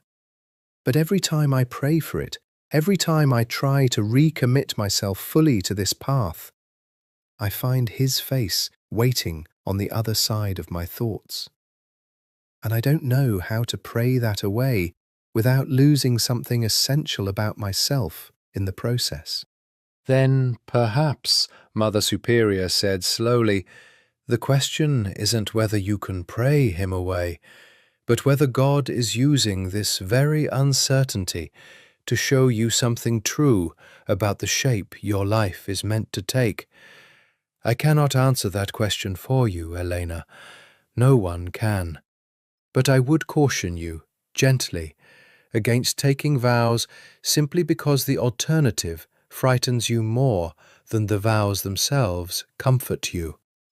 Elena sat with that counsel long after Mother Superior had left her alone in the small office, turning the words over and over, recognizing in them both wisdom and warning and understanding, with a clarity that felt almost like grief, that the 3 weeks remaining before her final vows would require her to answer, finally and completely, the question she had spent her entire devoted life avoiding. What did she actually want, freely and fully, when every external voice telling her what to want fell silent? Cardinal Befani had not survived 3 decades of ecclesiastical politics by allowing inconvenient discoveries to go unexploited, and the confirmation that Damiano Russo had indeed sheltered at Santa Lucia, delivered to him through a combination of careful investigation and a well-placed bribe to one of Salvatore's former associates, now eager to curry favour with whoever held power, represented an opportunity too valuable to waste. He sat now in his private study within the Vatican's labyrinthine corridors, reviewing the information with the particular satisfaction of a man who had just discovered leverage where he'd previously seen only liability. Damiano Russo, reinstated head of the Russo crime family, had a vulnerability that Befani suspected the man himself did not yet fully understand: an attachment to a young nun who happened, by the particular cruelty of circumstance, to be the Holy Father's own daughter. The implications were extraordinary. If word of this connection became public, if anyone discovered that the Pope's daughter had hidden a Mafia boss within her convent, had nursed him back to health through weeks of secret visits, had developed feelings significant enough that even careful investigation revealed traces of their connection in the testimony of the few who knew, the scandal would shake the Church to its foundations. Pope Adrian VII's papacy, still relatively young, still establishing its particular character and priorities, could not survive a controversy of such magnitude. Befani had no particular desire to destroy the Pope's papacy. His ambitions, while considerable, did not extend to outright sabotage of the institution he'd spent his life serving. What he wanted was simpler and, in its way, more dangerous: control. The knowledge he now possessed gave him leverage over both the Pope himself and the reinstated head of one of the city's most powerful crime families, and Befani intended to use that leverage to ensure the lucrative arrangement his predecessor had established with the Russo family continued flowing into accounts he personally controlled, free from any interference Damiano might be tempted to introduce now that he understood the precise nature of what had been happening beneath his family's apparent, legitimate business interests. He arranged the meeting carefully, choosing neutral ground, a private room in a restaurant known for its discretion, far from both the Vatican and the Russo Tower, where two powerful men could speak without the complications of their respective territories. Damiano arrived precisely on time, his expression carved from the careful neutrality he'd perfected over years of dangerous negotiations. Though Befani noted, with the particular attentiveness of a man who'd built his career on reading hidden currents, a tension in the younger man's shoulders that suggested he understood exactly why this meeting had been called. "Cardinal," Damiano said, taking the seat across from Befani without offering the deference his title typically demanded. "I assume you have something specific in mind, given the unusual venue." "I always have something specific in mind, Mr. Russo. It's rather the nature of my position." Befani allowed himself a thin smile. "I understand congratulations are in order regarding your recent reclamation of leadership." "Get to the point, Cardinal. We both have better uses for our time than pleasantries neither of us means." Befani's smile sharpened. "Very well. I'm aware of your time at Santa Lucia. I'm aware, more specifically, of your connection to a particular young sister there, a connection that goes considerably beyond the medical care she provided during your recovery." Damiano's expression did not change, but something in his stillness sharpened, the careful neutrality of a predator assessing a threat. "I don't know what you think you know, Cardinal, but I'd choose my next words very carefully if I were you." "I know that Sister Elena Moretti is the Holy Father's daughter," Befani said, watching with satisfaction as the information landed visibly across Damiano's features. Genuine shock, quickly suppressed, but not quickly enough to hide entirely. "I know she hid you, tended your wounds, and developed feelings for you, significant enough that her own Mother Superior had to address the matter directly.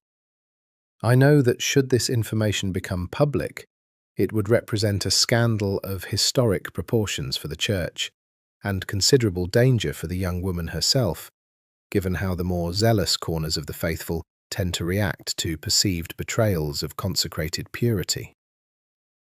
"What do you want, Bafani?" The words came out clipped, dangerous, all pretense of polite conversation abandoned. "Continuity," Bafani said simply. "The arrangement your father established, that you've maintained, that flows funds from your organization's various enterprises into accounts that serve the Church's broader interests, and my own, I'll admit, with the honesty I appreciate you've shown me, continues without interruption or renegotiation. In exchange, this information remains entirely confidential.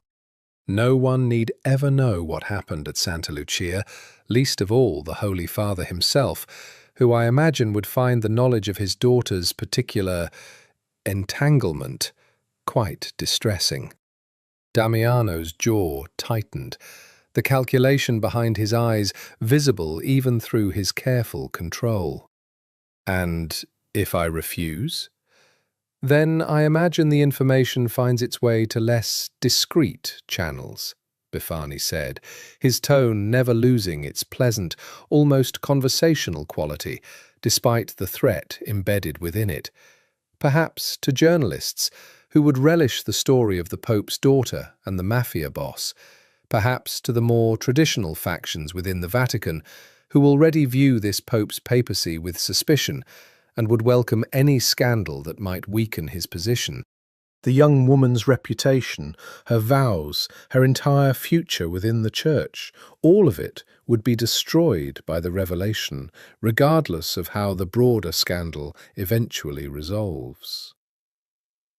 The silence that followed stretched long and heavy, and Bafani watched with the particular satisfaction of a man who had just secured exactly the leverage he'd hoped for, as Damiano Russo, a man who had survived betrayal, war, and near-fatal violence without visible fear, finally showed the unmistakable signs of a man who had discovered something he could not bear to lose, and would do nearly anything to protect.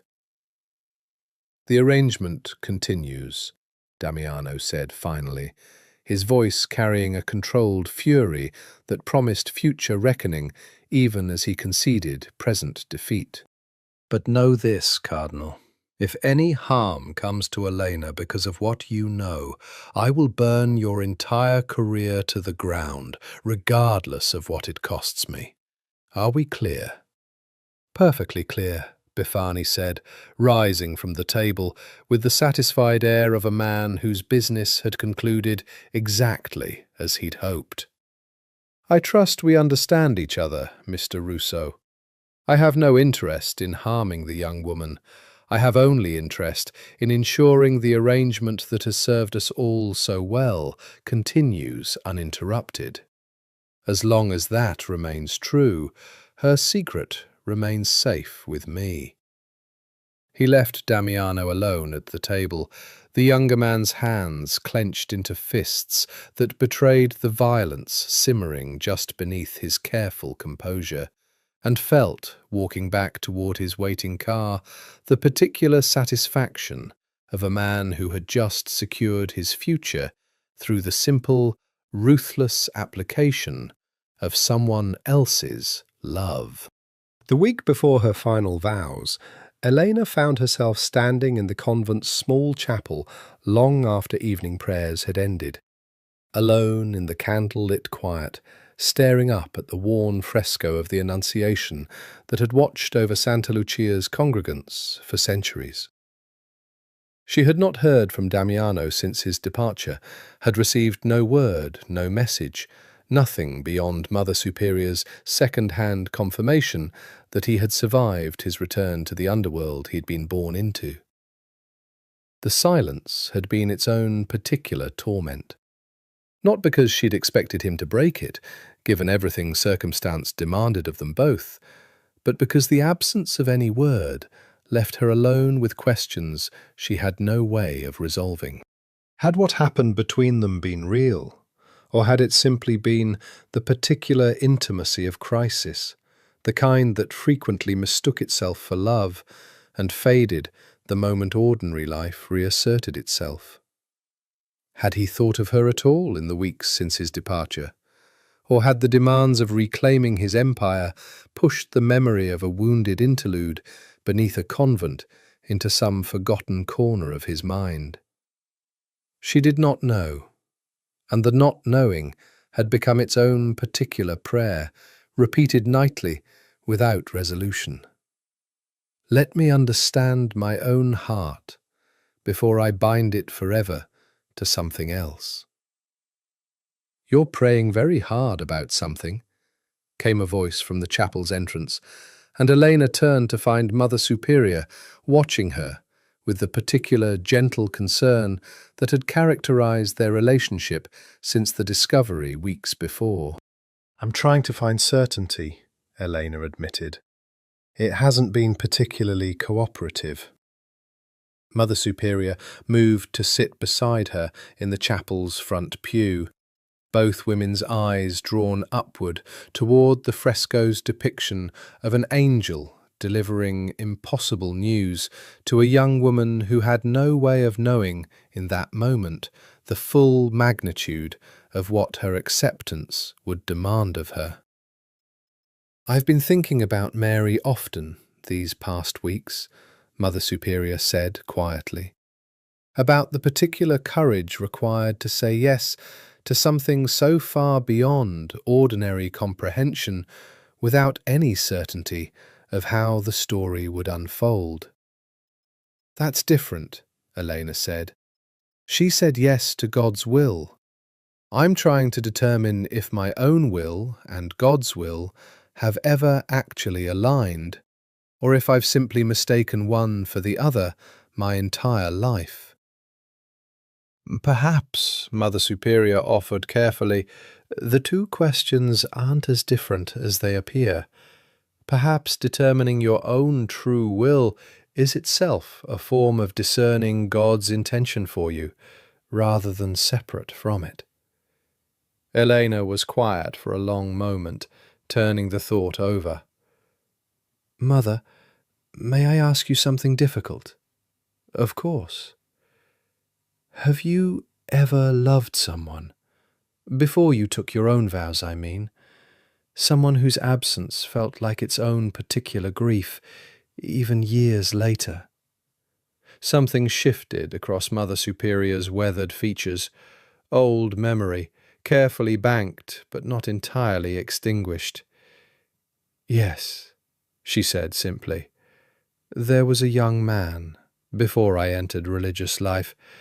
We were engaged to be married, in fact, until he died in an accident 3 months before our wedding. Elena's breath caught. I never knew that. It's not something I speak of often, but I tell you now because I think you deserve honesty, given the question you're truly asking, beneath the one you've voiced. Mother Superior met her eyes directly. I did not enter religious life to escape that grief, though many assumed as much at the time. I entered because, in the depths of my mourning, I discovered a calling that had nothing to do with what I'd lost, and everything to do with what I'd found.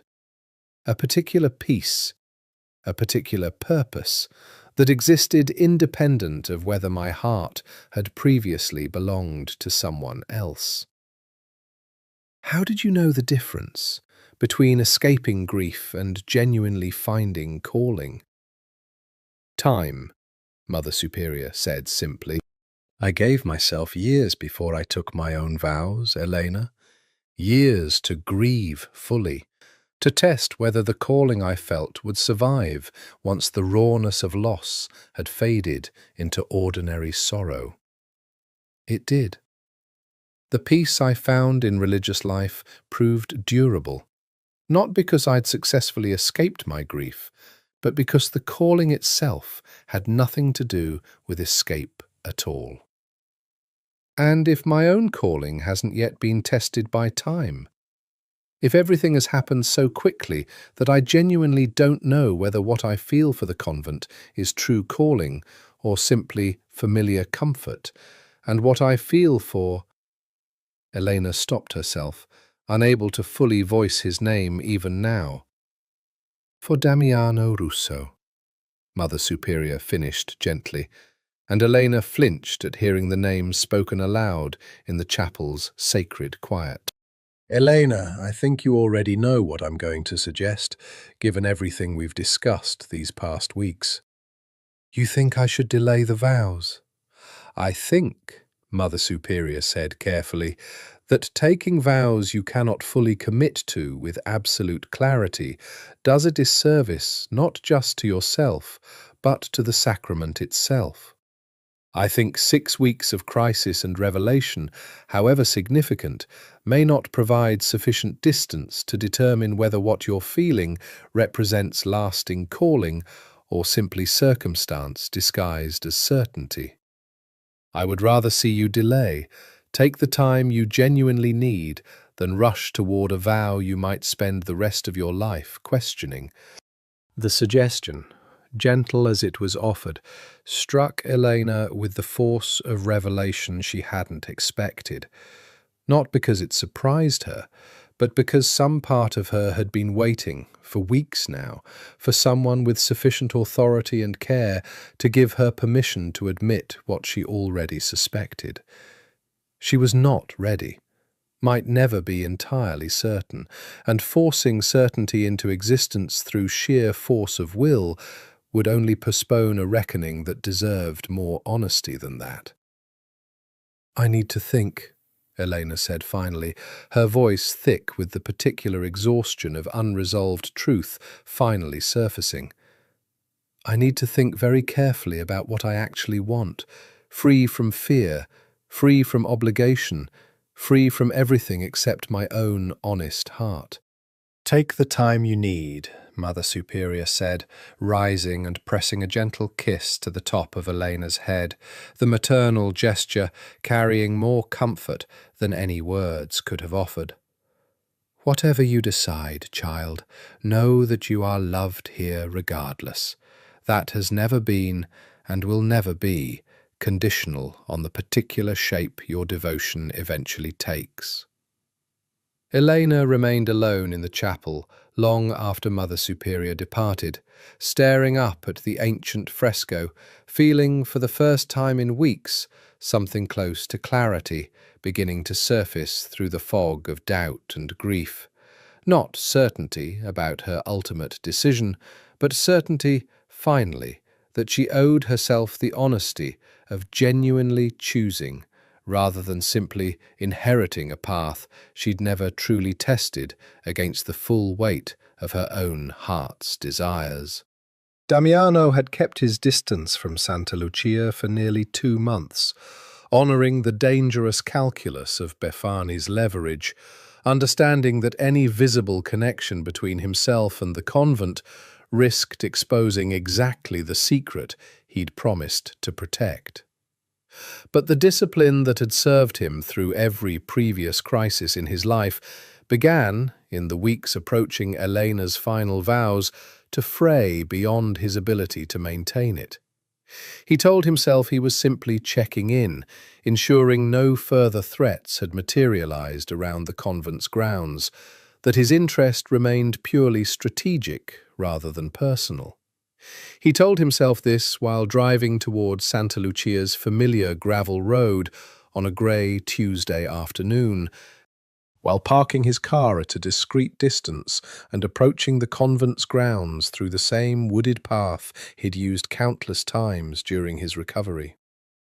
While standing at the edge of the property, watching the convent's stone walls with an ache in his chest that had nothing to do with his long-healed wounds, he had not intended to be seen. He had certainly not intended for Elena herself to be the one who found him, walking the wooded perimeter during what should have been her private contemplative hour, but circumstance, or perhaps something less coincidental than circumstance, arranged otherwise. Damiano. Her voice, when she finally spoke, carried a complicated mixture of shock and something that looked dangerously close to relief. He turned, and the sight of her, dressed in her habit, dark hair mostly hidden beneath her wimple, but her face exactly as he remembered it, exactly as he'd dreamed it during too many restless nights, nearly undid every careful resolution he'd maintained since their parting. "I shouldn't be here," he said, though he made no move to leave. "I know that. I needed to see that you were safe. I'm safe," she said softly, moving closer, despite every instinct that should have warned her against it. "Are you? I heard you reclaimed your position. I heard the danger had passed." "The immediate danger, yes, but there are always new complications in my world." He hesitated, watching her face carefully, deciding in that moment not to burden her with the full weight of Bafani's leverage, with the particular danger that his very presence here represented to her safety and reputation alike. "How are you?" "Your final vows. They're soon, aren't they?" "4 days," she said, and something in her voice made his chest tighten with an emotion he couldn't fully name. "I've delayed them once already. Mother Superior thought I needed more time to be certain." "And are you certain?" The question hung between them, heavy with everything neither of them had said in the 2 months since his departure. Elena's eyes filled with tears she did not bother concealing, the rawness of her expression more honest than anything she'd allowed herself to show him before. "No," she admitted, the confession costing her visibly. "I'm not certain of anything anymore, Damiano.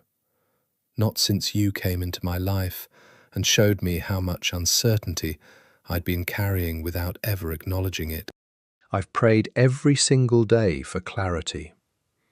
And every single day I find your face waiting at the center of whatever clarity I manage to find."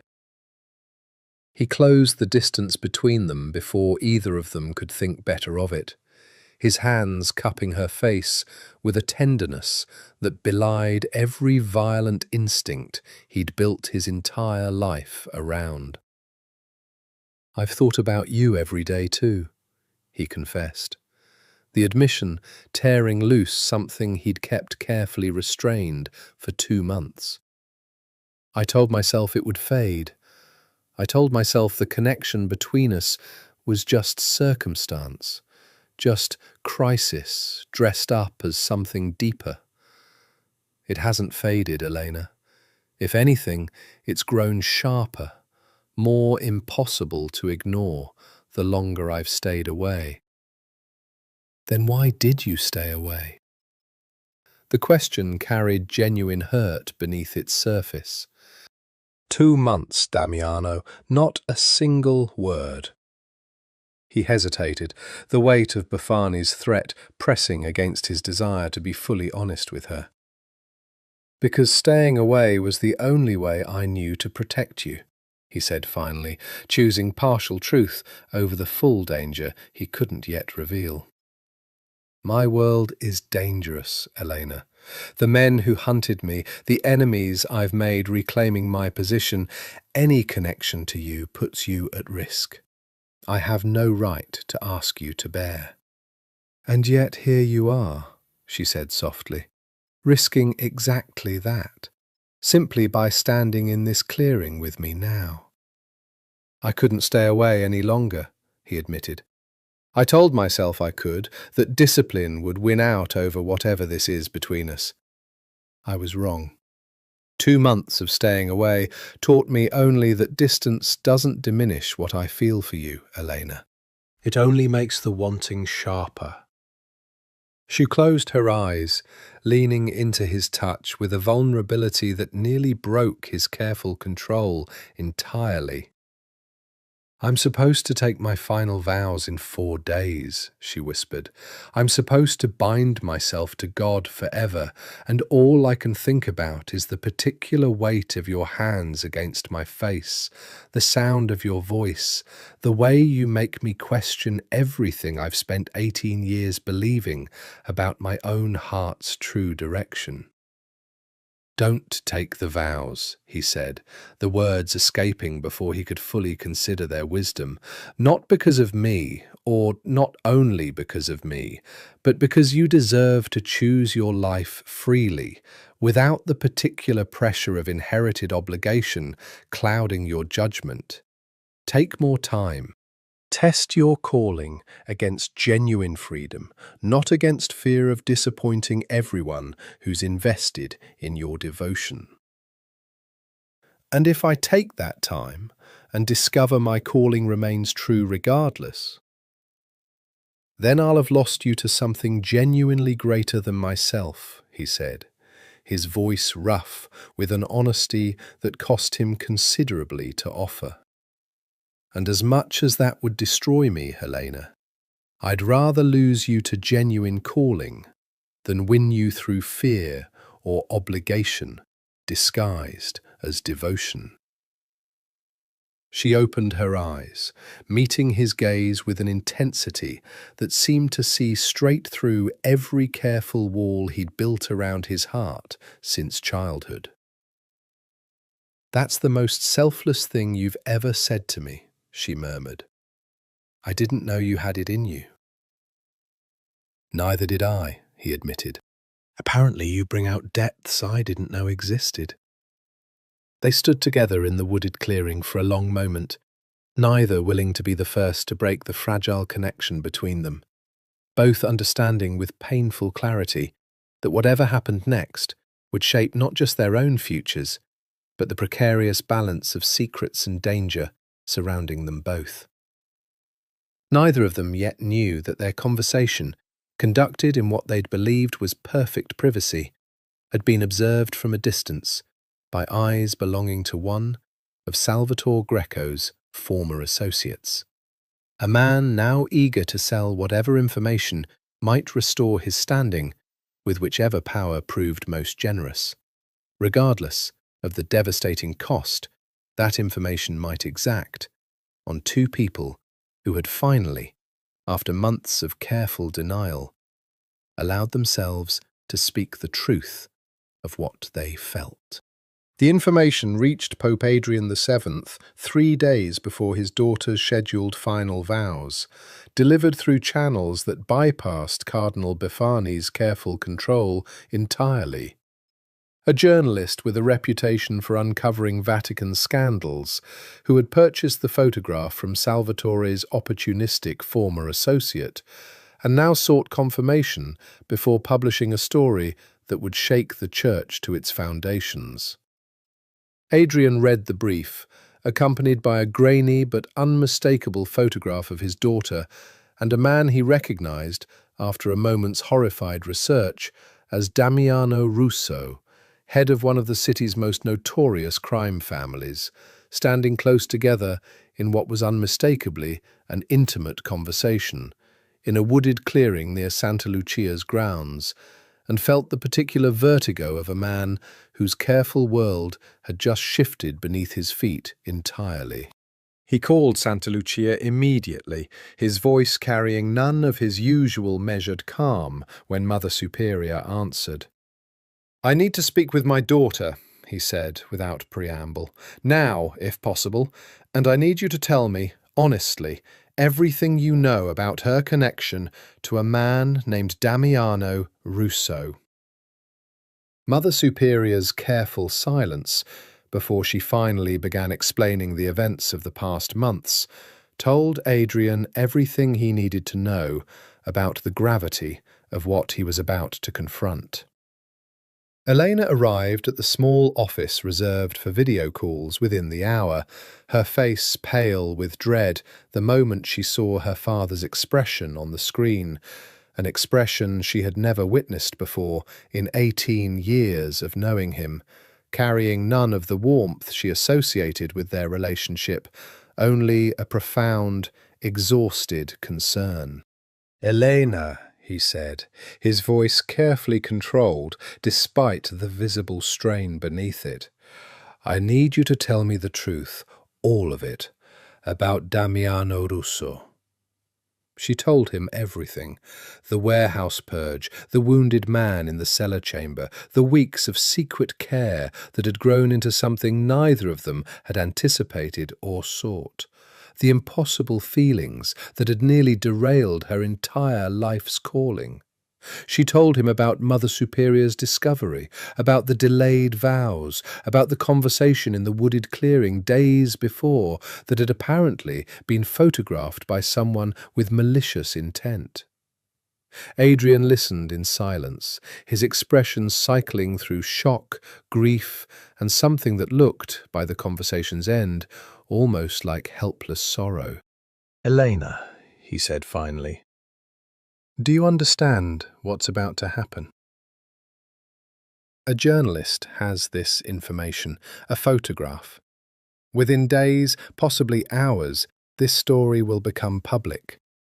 The Pope's daughter, nun, secretly nursing a Mafia boss back to health, developing feelings for him that nearly prevented her final vows. The scandal alone could destabilize my entire papacy. There are factions within the Church who have been searching for exactly this kind of vulnerability since the day I was elected. "I'm sorry," Elena whispered, the magnitude of the consequences crashing over her fully for the first time. "I never meant for any of this to threaten you, Father. I only meant to save a dying man's life." "I know," Adrian said, his voice gentling despite the crisis surrounding them both. "I know, Elena. And whatever judgment the world chooses to pass on this situation, know that your father's love for you has never been contingent on the perfection of your choices. But I need you to understand the full weight of what's coming, so we can decide together how best to navigate it." "What do you need me to do?" Adrian was quiet for a long moment, clearly weighing options that all carried significant cost. "I need to know, honestly, what you feel for this man. Not what you think you should feel, not what fear or obligation might be telling you to feel, but the genuine truth of your heart. Because the path forward depends entirely on that truth. And I won't ask you to sacrifice your genuine happiness simply to protect my own position." The question, asked with such evident love despite the crisis surrounding them, broke something loose in Elena that she'd been holding carefully contained for months. "I love him," she said, the words finally spoken aloud with full clarity for the first time. "I don't know how it happened, or whether it makes any sense given everything that separates our worlds, but I love him, Father, more than I've ever loved anything beyond my faith itself." Something in Adrian's expression shifted. Grief, certainly, given everything that confession meant for the careful future he'd imagined for his daughter. But beneath the grief, something that looked almost like relief at finally hearing genuine truth rather than careful performance. "Then we need to determine," he said slowly, "whether your faith and this love can coexist, or whether you must choose definitively between them, and we need to determine it quickly, before the world makes that choice for you, through scandal and speculation rather than honest discernment." Within hours of that conversation, the story broke. Not through the journalist's original intended publication, which Adrian's careful diplomatic channels managed to delay by mere days, but through Salvatore's former associate, selling the same information to a second outlet, eager to capitalize on competing bidders for a scandal this significant. By morning, every major news outlet carried some version of the story. The Pope's secret daughter, a cloistered nun on the verge of her final vows, romantically entangled with a notorious crime boss she had hidden and nursed back to health within her own convent's hallowed walls. The faithful expressed shock and betrayal in equal measure.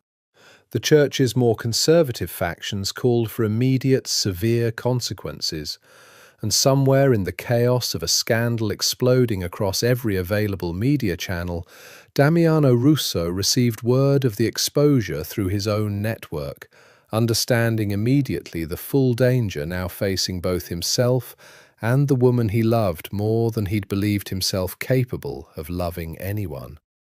He called Santa Lucia immediately, demanding to speak with Elena directly, his voice carrying a fury and fear that surprised even Tomas, who had never witnessed his employer this thoroughly unguarded. "Elena," he said the moment she answered, "are you safe? Has anyone threatened you?" "I'm safe," she said, though her voice carried the particular exhaustion of a woman who had spent the morning fielding increasingly hostile calls from church officials demanding explanation. "But Damiano, everything's exposed now. Everyone knows. My father's papacy is in genuine danger because of choices I made." "This isn't your fault," he said fiercely. "You saved a dying man's life. That's not a sin worth destroying anyone's career over." "Try telling that to the cardinals currently calling for my expulsion from religious life entirely," Eleanor said, bitter humour edging into her exhausted voice. "Or to the journalists camping outside the convent gates, hoping for a glimpse of the scandalous nun." "Tell me where you are," Damiano said, his voice hardening with sudden resolve. "I'm coming to get you. Whatever happens next, you shouldn't have to face it alone, surrounded by people questioning your every choice. Damiano, if you come here, if you're seen with me again, it only makes everything worse." "I don't care about worse," he said. "I care about you facing this alone when I could be standing beside you instead. Let me come, Elena. Please. Whatever this scandal costs us both, let's at least face the cost together, rather than separately." The offer, fierce and unguarded, in a way she'd never heard from him before, settled something in Elena's chest, despite the chaos surrounding them both. A certainty, finally crystallizing through months of doubt, that whatever the world's judgment of their connection, the connection itself was real, was worth defending, and was not something either of them intended to abandon simply because circumstance had finally, brutally, exposed it to the light. Damiano arrived at Santa Lucia by evening, driving directly through the small crowd of journalists gathered at the convent's gates, with the particular ruthless efficiency that had served him throughout his entire dangerous career, ignoring the flashing cameras and shouted questions as he made his way toward the convent's main entrance. Mother Superior met him at the door, her expression carrying none of the wariness he might have expected, given everything the scandal had cost her community's careful privacy. "Sister Elena is in the chapel," she said simply. "She's been there most of the day, trying to find some clarity amid all this chaos. I imagine she'd welcome your company, given everything circumstance has finally forced into the open." He found her exactly where Mother Superior had indicated, kneeling in the chapel's front pew, her face turned upward toward the ancient fresco of the Annunciation, tears tracking silently down her cheeks despite her evident effort to maintain composure. "Eleanor, She turned at the sound of his voice, and the relief that flooded her expression at the sight of him told him everything he needed to know about how desperately she'd needed someone, needed him specifically, through the brutal exposure of the past day. "You came," she whispered, rising to meet him as he crossed the chapel's length toward her. "I told you I would."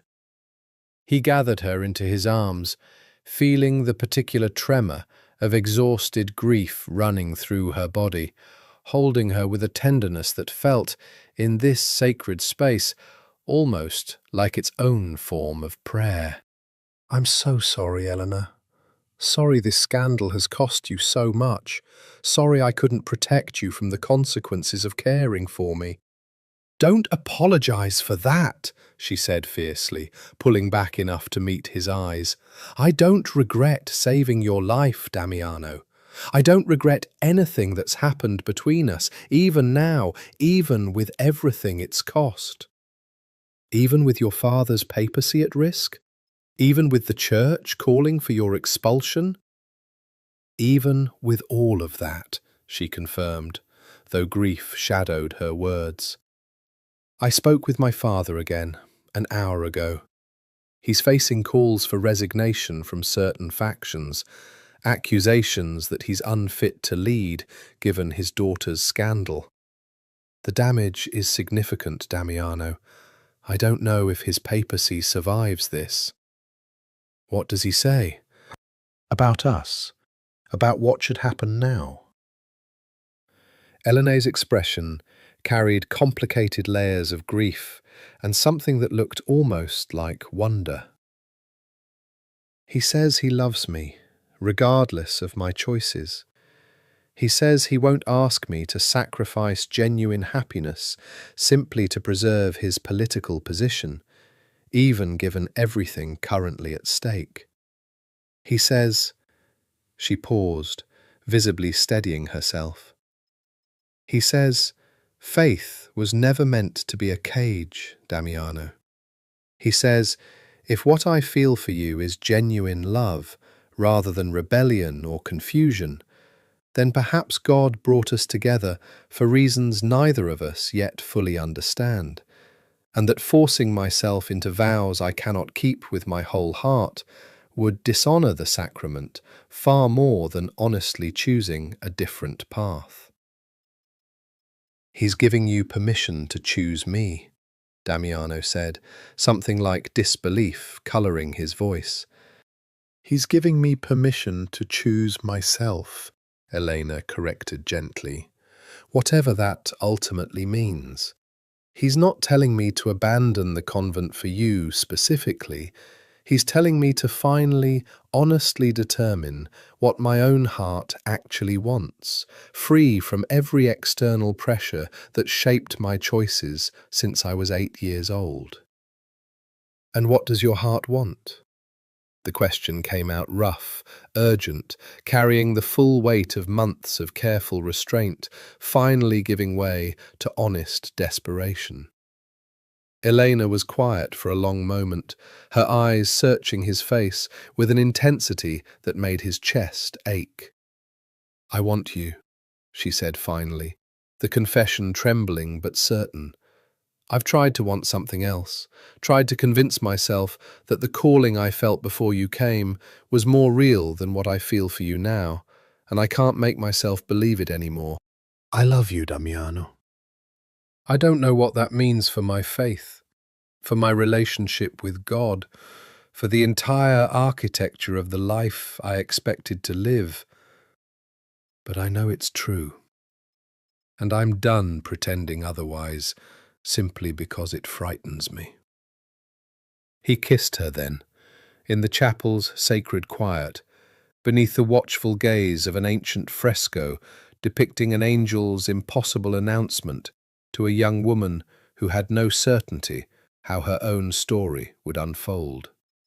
Kissed her with everything he'd held carefully restrained since the night he first saw her face by candlelight in a hidden chamber beneath these very walls, with months of longing and fear and impossible hope finally given voice through the simple, devastating act of two mouths finally meeting after countless reasons to keep them apart. When they finally separated, both breathing hard, both shaking with the magnitude of what had just been spoken between them, Elena pressed her forehead against his chest and allowed herself, finally, to simply exist within the certainty of her own choice without flinching from its consequences. "What happens now?" she asked softly. "To us, to my father, to everything this scandal has set in motion?" "I don't know," Damiano admitted, his arms tightening around her protectively. "But whatever happens, you won't face it alone. I promise you that, Elena. Whatever else my promises are worth, coming from a man who spent his whole life breaking every law except the ones written in blood.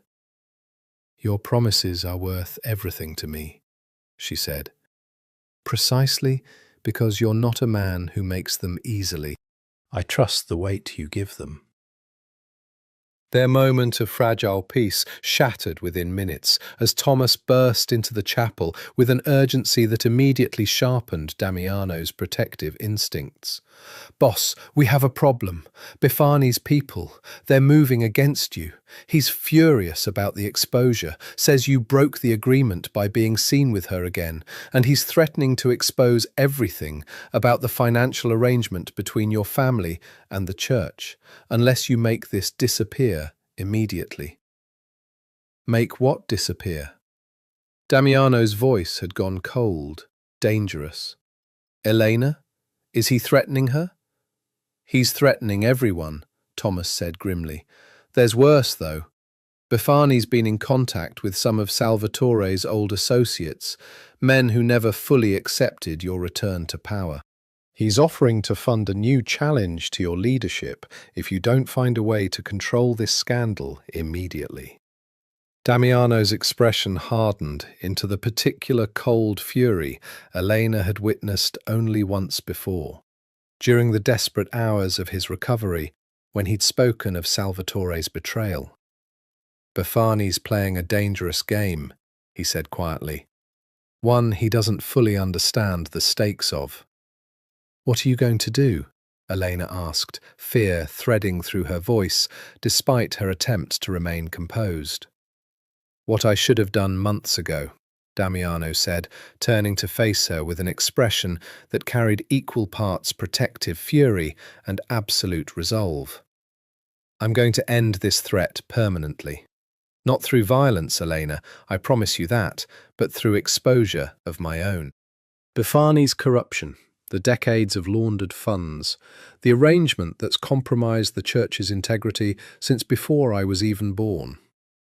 If he wants to play with scandal, I'll show him exactly how thoroughly that game can be turned against him. That could destroy the church's reputation entirely. It could destroy my father's papacy alongside Bifani's career. Or, Damiano said carefully, it could finally cleanse something that's been rotting at the church's foundations for decades, and give your father the opportunity to address corruption that predates his own papacy entirely, positioning him as a reformer rather than merely a man whose daughter caused scandal." He met her eyes steadily. "The choice isn't mine to make alone, Elena. It affects your father, your faith, your entire community. But I won't let Bifani use either of us as leverage any longer. Whatever path we choose, it ends with us standing in truth, rather than continuing to live beneath the weight of someone else's manipulation." The confrontation that ended Cardinal Bifani's 3 decades of careful corruption unfolded not through violence, but through the precise, devastating application of truth, a strategy Pope Adrian VII himself ultimately endorsed, once Damiano and Elena presented him with the full evidence Damiano's network had spent careful days compiling. Adrian called an emergency session of the College of Cardinals, presenting documentation of the Fani's decades of financial manipulation with the same measured gravity he brought to every significant decision of his papacy. The revelation, when it came, shocked even cardinals who had long suspected Bafani's particular ambitions exceeded appropriate boundaries. Decades of laundered criminal funds, properties acquired through compromised arrangements, influence purchased through channels that had nothing to do with genuine faith or service. Bafani's removal from the College of Cardinals followed within days, his career ending not in the dramatic scandal he'd hoped to weaponize against the Pope's daughter, but in the quiet, comprehensive collapse of decades of carefully constructed corruption finally exposed to unforgiving light. The broader scandal regarding Elena and Damiano did not disappear entirely. Some damage, Adrian acknowledged privately, could never be fully undone. But it transformed, in the weeks following Bafani's fall, from simple, salacious gossip into something more complicated and, ultimately, more redemptive. A story about a pope who chose honesty over political convenience. About a daughter who chose genuine faith over performed certainty. About love that had emerged from the most unlikely circumstances and proven, despite every reason to doubt it, genuinely transformative for everyone it touched. Elena did not take her final vows that season, nor the season after.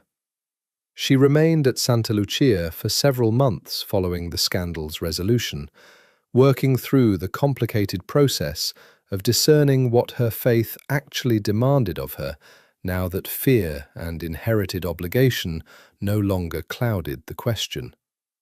And discovered, through that careful discernment, that her love for God had never actually required the particular shape of vowed religious life to remain genuine and profound.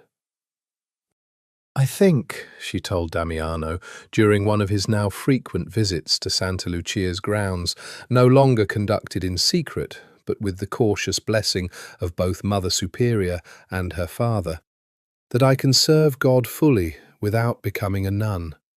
That my faith doesn't require the particular sacrifice I once believed was its only legitimate expression." "What does that mean for us?" Damiano asked, watching her face carefully in the late afternoon light, the same wooded clearing where their connection had first been exposed, now feeling, oddly, like sacred ground in its own right. "It means I'm choosing to leave the convent," Elena said, "not because I've lost my faith, but because I've finally found the courage to determine what my faith actually requires of me, separate from every expectation placed upon me before I was old enough to choose for myself." "And what does it require?" She smiled, the particular warmth of it carrying none of the uncertainty that had characterized their early conversations months before. "It requires honesty," she said. "Genuine choice, freely made. It requires me to love you, Damiano, not in spite of my faith, but as an expression of everything I believe about mercy, redemption, and the possibility of grace, even in the most unlikely circumstances."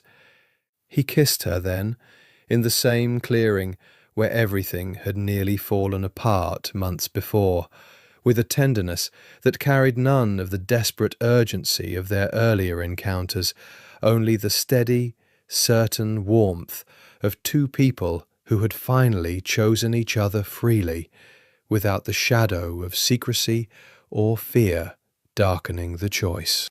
"I have something to tell you," he said when they finally separated, his expression carrying a vulnerability she'd rarely witnessed from him. "Something I haven't told anyone, not even Thomas." "What is it?" "I've started attending Mass," he admitted, the confession costing him visibly despite months of genuine transformation. "Not because I suddenly believe everything the Church teaches without question, but because watching the way your faith shapes genuine compassion, genuine mercy, even toward a man who once told you he didn't believe in anything beyond power, it's made me wonder if maybe I dismissed something significant before I ever genuinely examined it. Damiano. Elena's eyes filled with tears, the genuine wonder of his admission landing with profound weight. I never asked you to believe. I never wanted you to change your convictions simply to please me. I know, he said. That's exactly why I'm telling you now. Because this isn't about pleasing you. It's about genuinely questioning whether the cold mathematics I built my entire life around ever actually answered the questions that matter most. You saved my life, Elena. Not just physically, in that chamber beneath the convent, but in every sense that actually matters. You showed me mercy I'd never experienced, devotion I'd never witnessed, and a kind of strength that has nothing to do with violence or power. I don't know yet what I believe about God specifically, but I believe in whatever brought you into my life, whatever made a nun choose to save a dying criminal's life instead of walking away. If that's God's grace working through you, then I suppose I believe in grace, even if the rest of the theology remains genuinely uncertain to me. She held him close, feeling the particular miracle of his honesty settle over them both, understanding that whatever shape their future ultimately took, marriage, partnership, some configuration neither of them could yet fully predict, the foundation they'd built through crisis, doubt, and finally honest choice represented something far more durable than the certainty either of them had once mistakenly believed was the only legitimate form devotion could take. 6 months later, in a small ceremony attended by Mother Superior, by several of the sisters who had become genuine friends to Elena during her years at Santa Lucia, and by Pope Adrian VII himself, who insisted on personally blessing his daughter's marriage, despite the complicated politics still surrounding his papacy's recovery from scandal.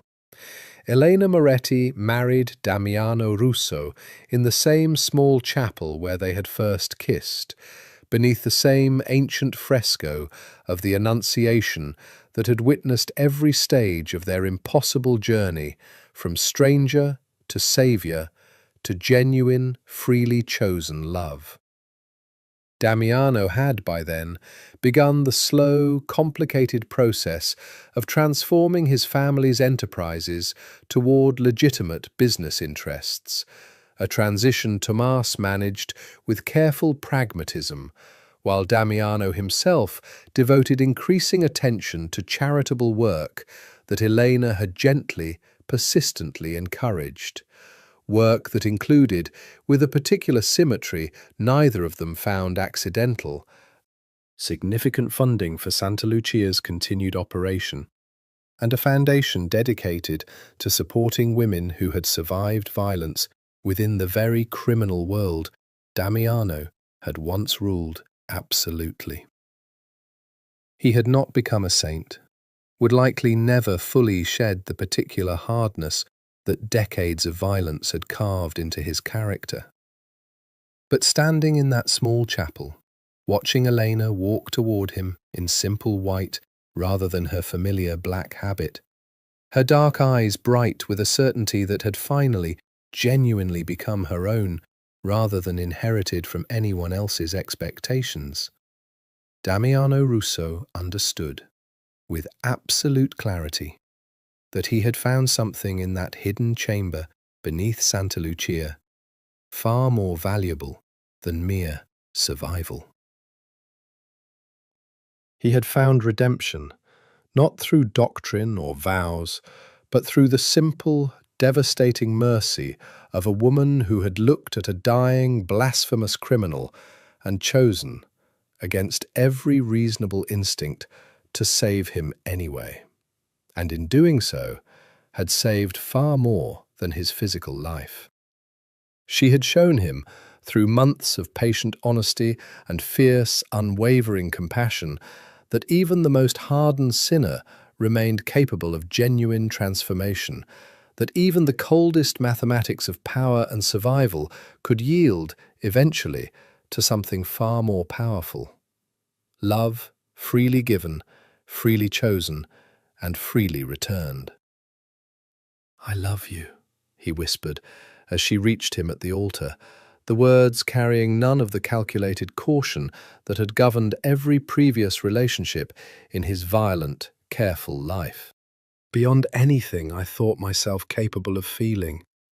Beyond every wall I spent my whole life building." "I love you too," Eleanor whispered back, her hand finding his with the same steady certainty she'd shown that first terrifying night, candlelight flickering across her face as she knelt beside a dying stranger and chose, against every reasonable fear, to save him. "I think I loved you from the very first night, even before I understood what that love would eventually cost or what it would ultimately give us both in return." Outside the chapel, spring had finally settled fully over Santa Lucia's grounds, the same wooded paths where their connection had first been exposed, now blooming with the particular abundance that follows a long, difficult winter. A quiet, persistent testament to the truth Elena had finally embraced after months of doubt and fear. That grace, genuine and transformative, often arrives in the most unlikely forms, beneath the most unlikely circumstances, and asks only the simple, terrifying courage of choosing it freely, regardless of how impossible that choice might once have seemed. The devil and the saint, the sinner and the sacred, had found, against every reasonable expectation, not destruction, but redemption in each other's arms. Proof, perhaps, that the most profound miracles rarely announce themselves with the clarity faith traditionally demands, but instead arrive quietly, in hidden chambers and candlelit dark, waiting patiently for two broken, searching hearts to recognize what had been offered them all along. The simple, devastating grace of being truly, fully known and loved regardless.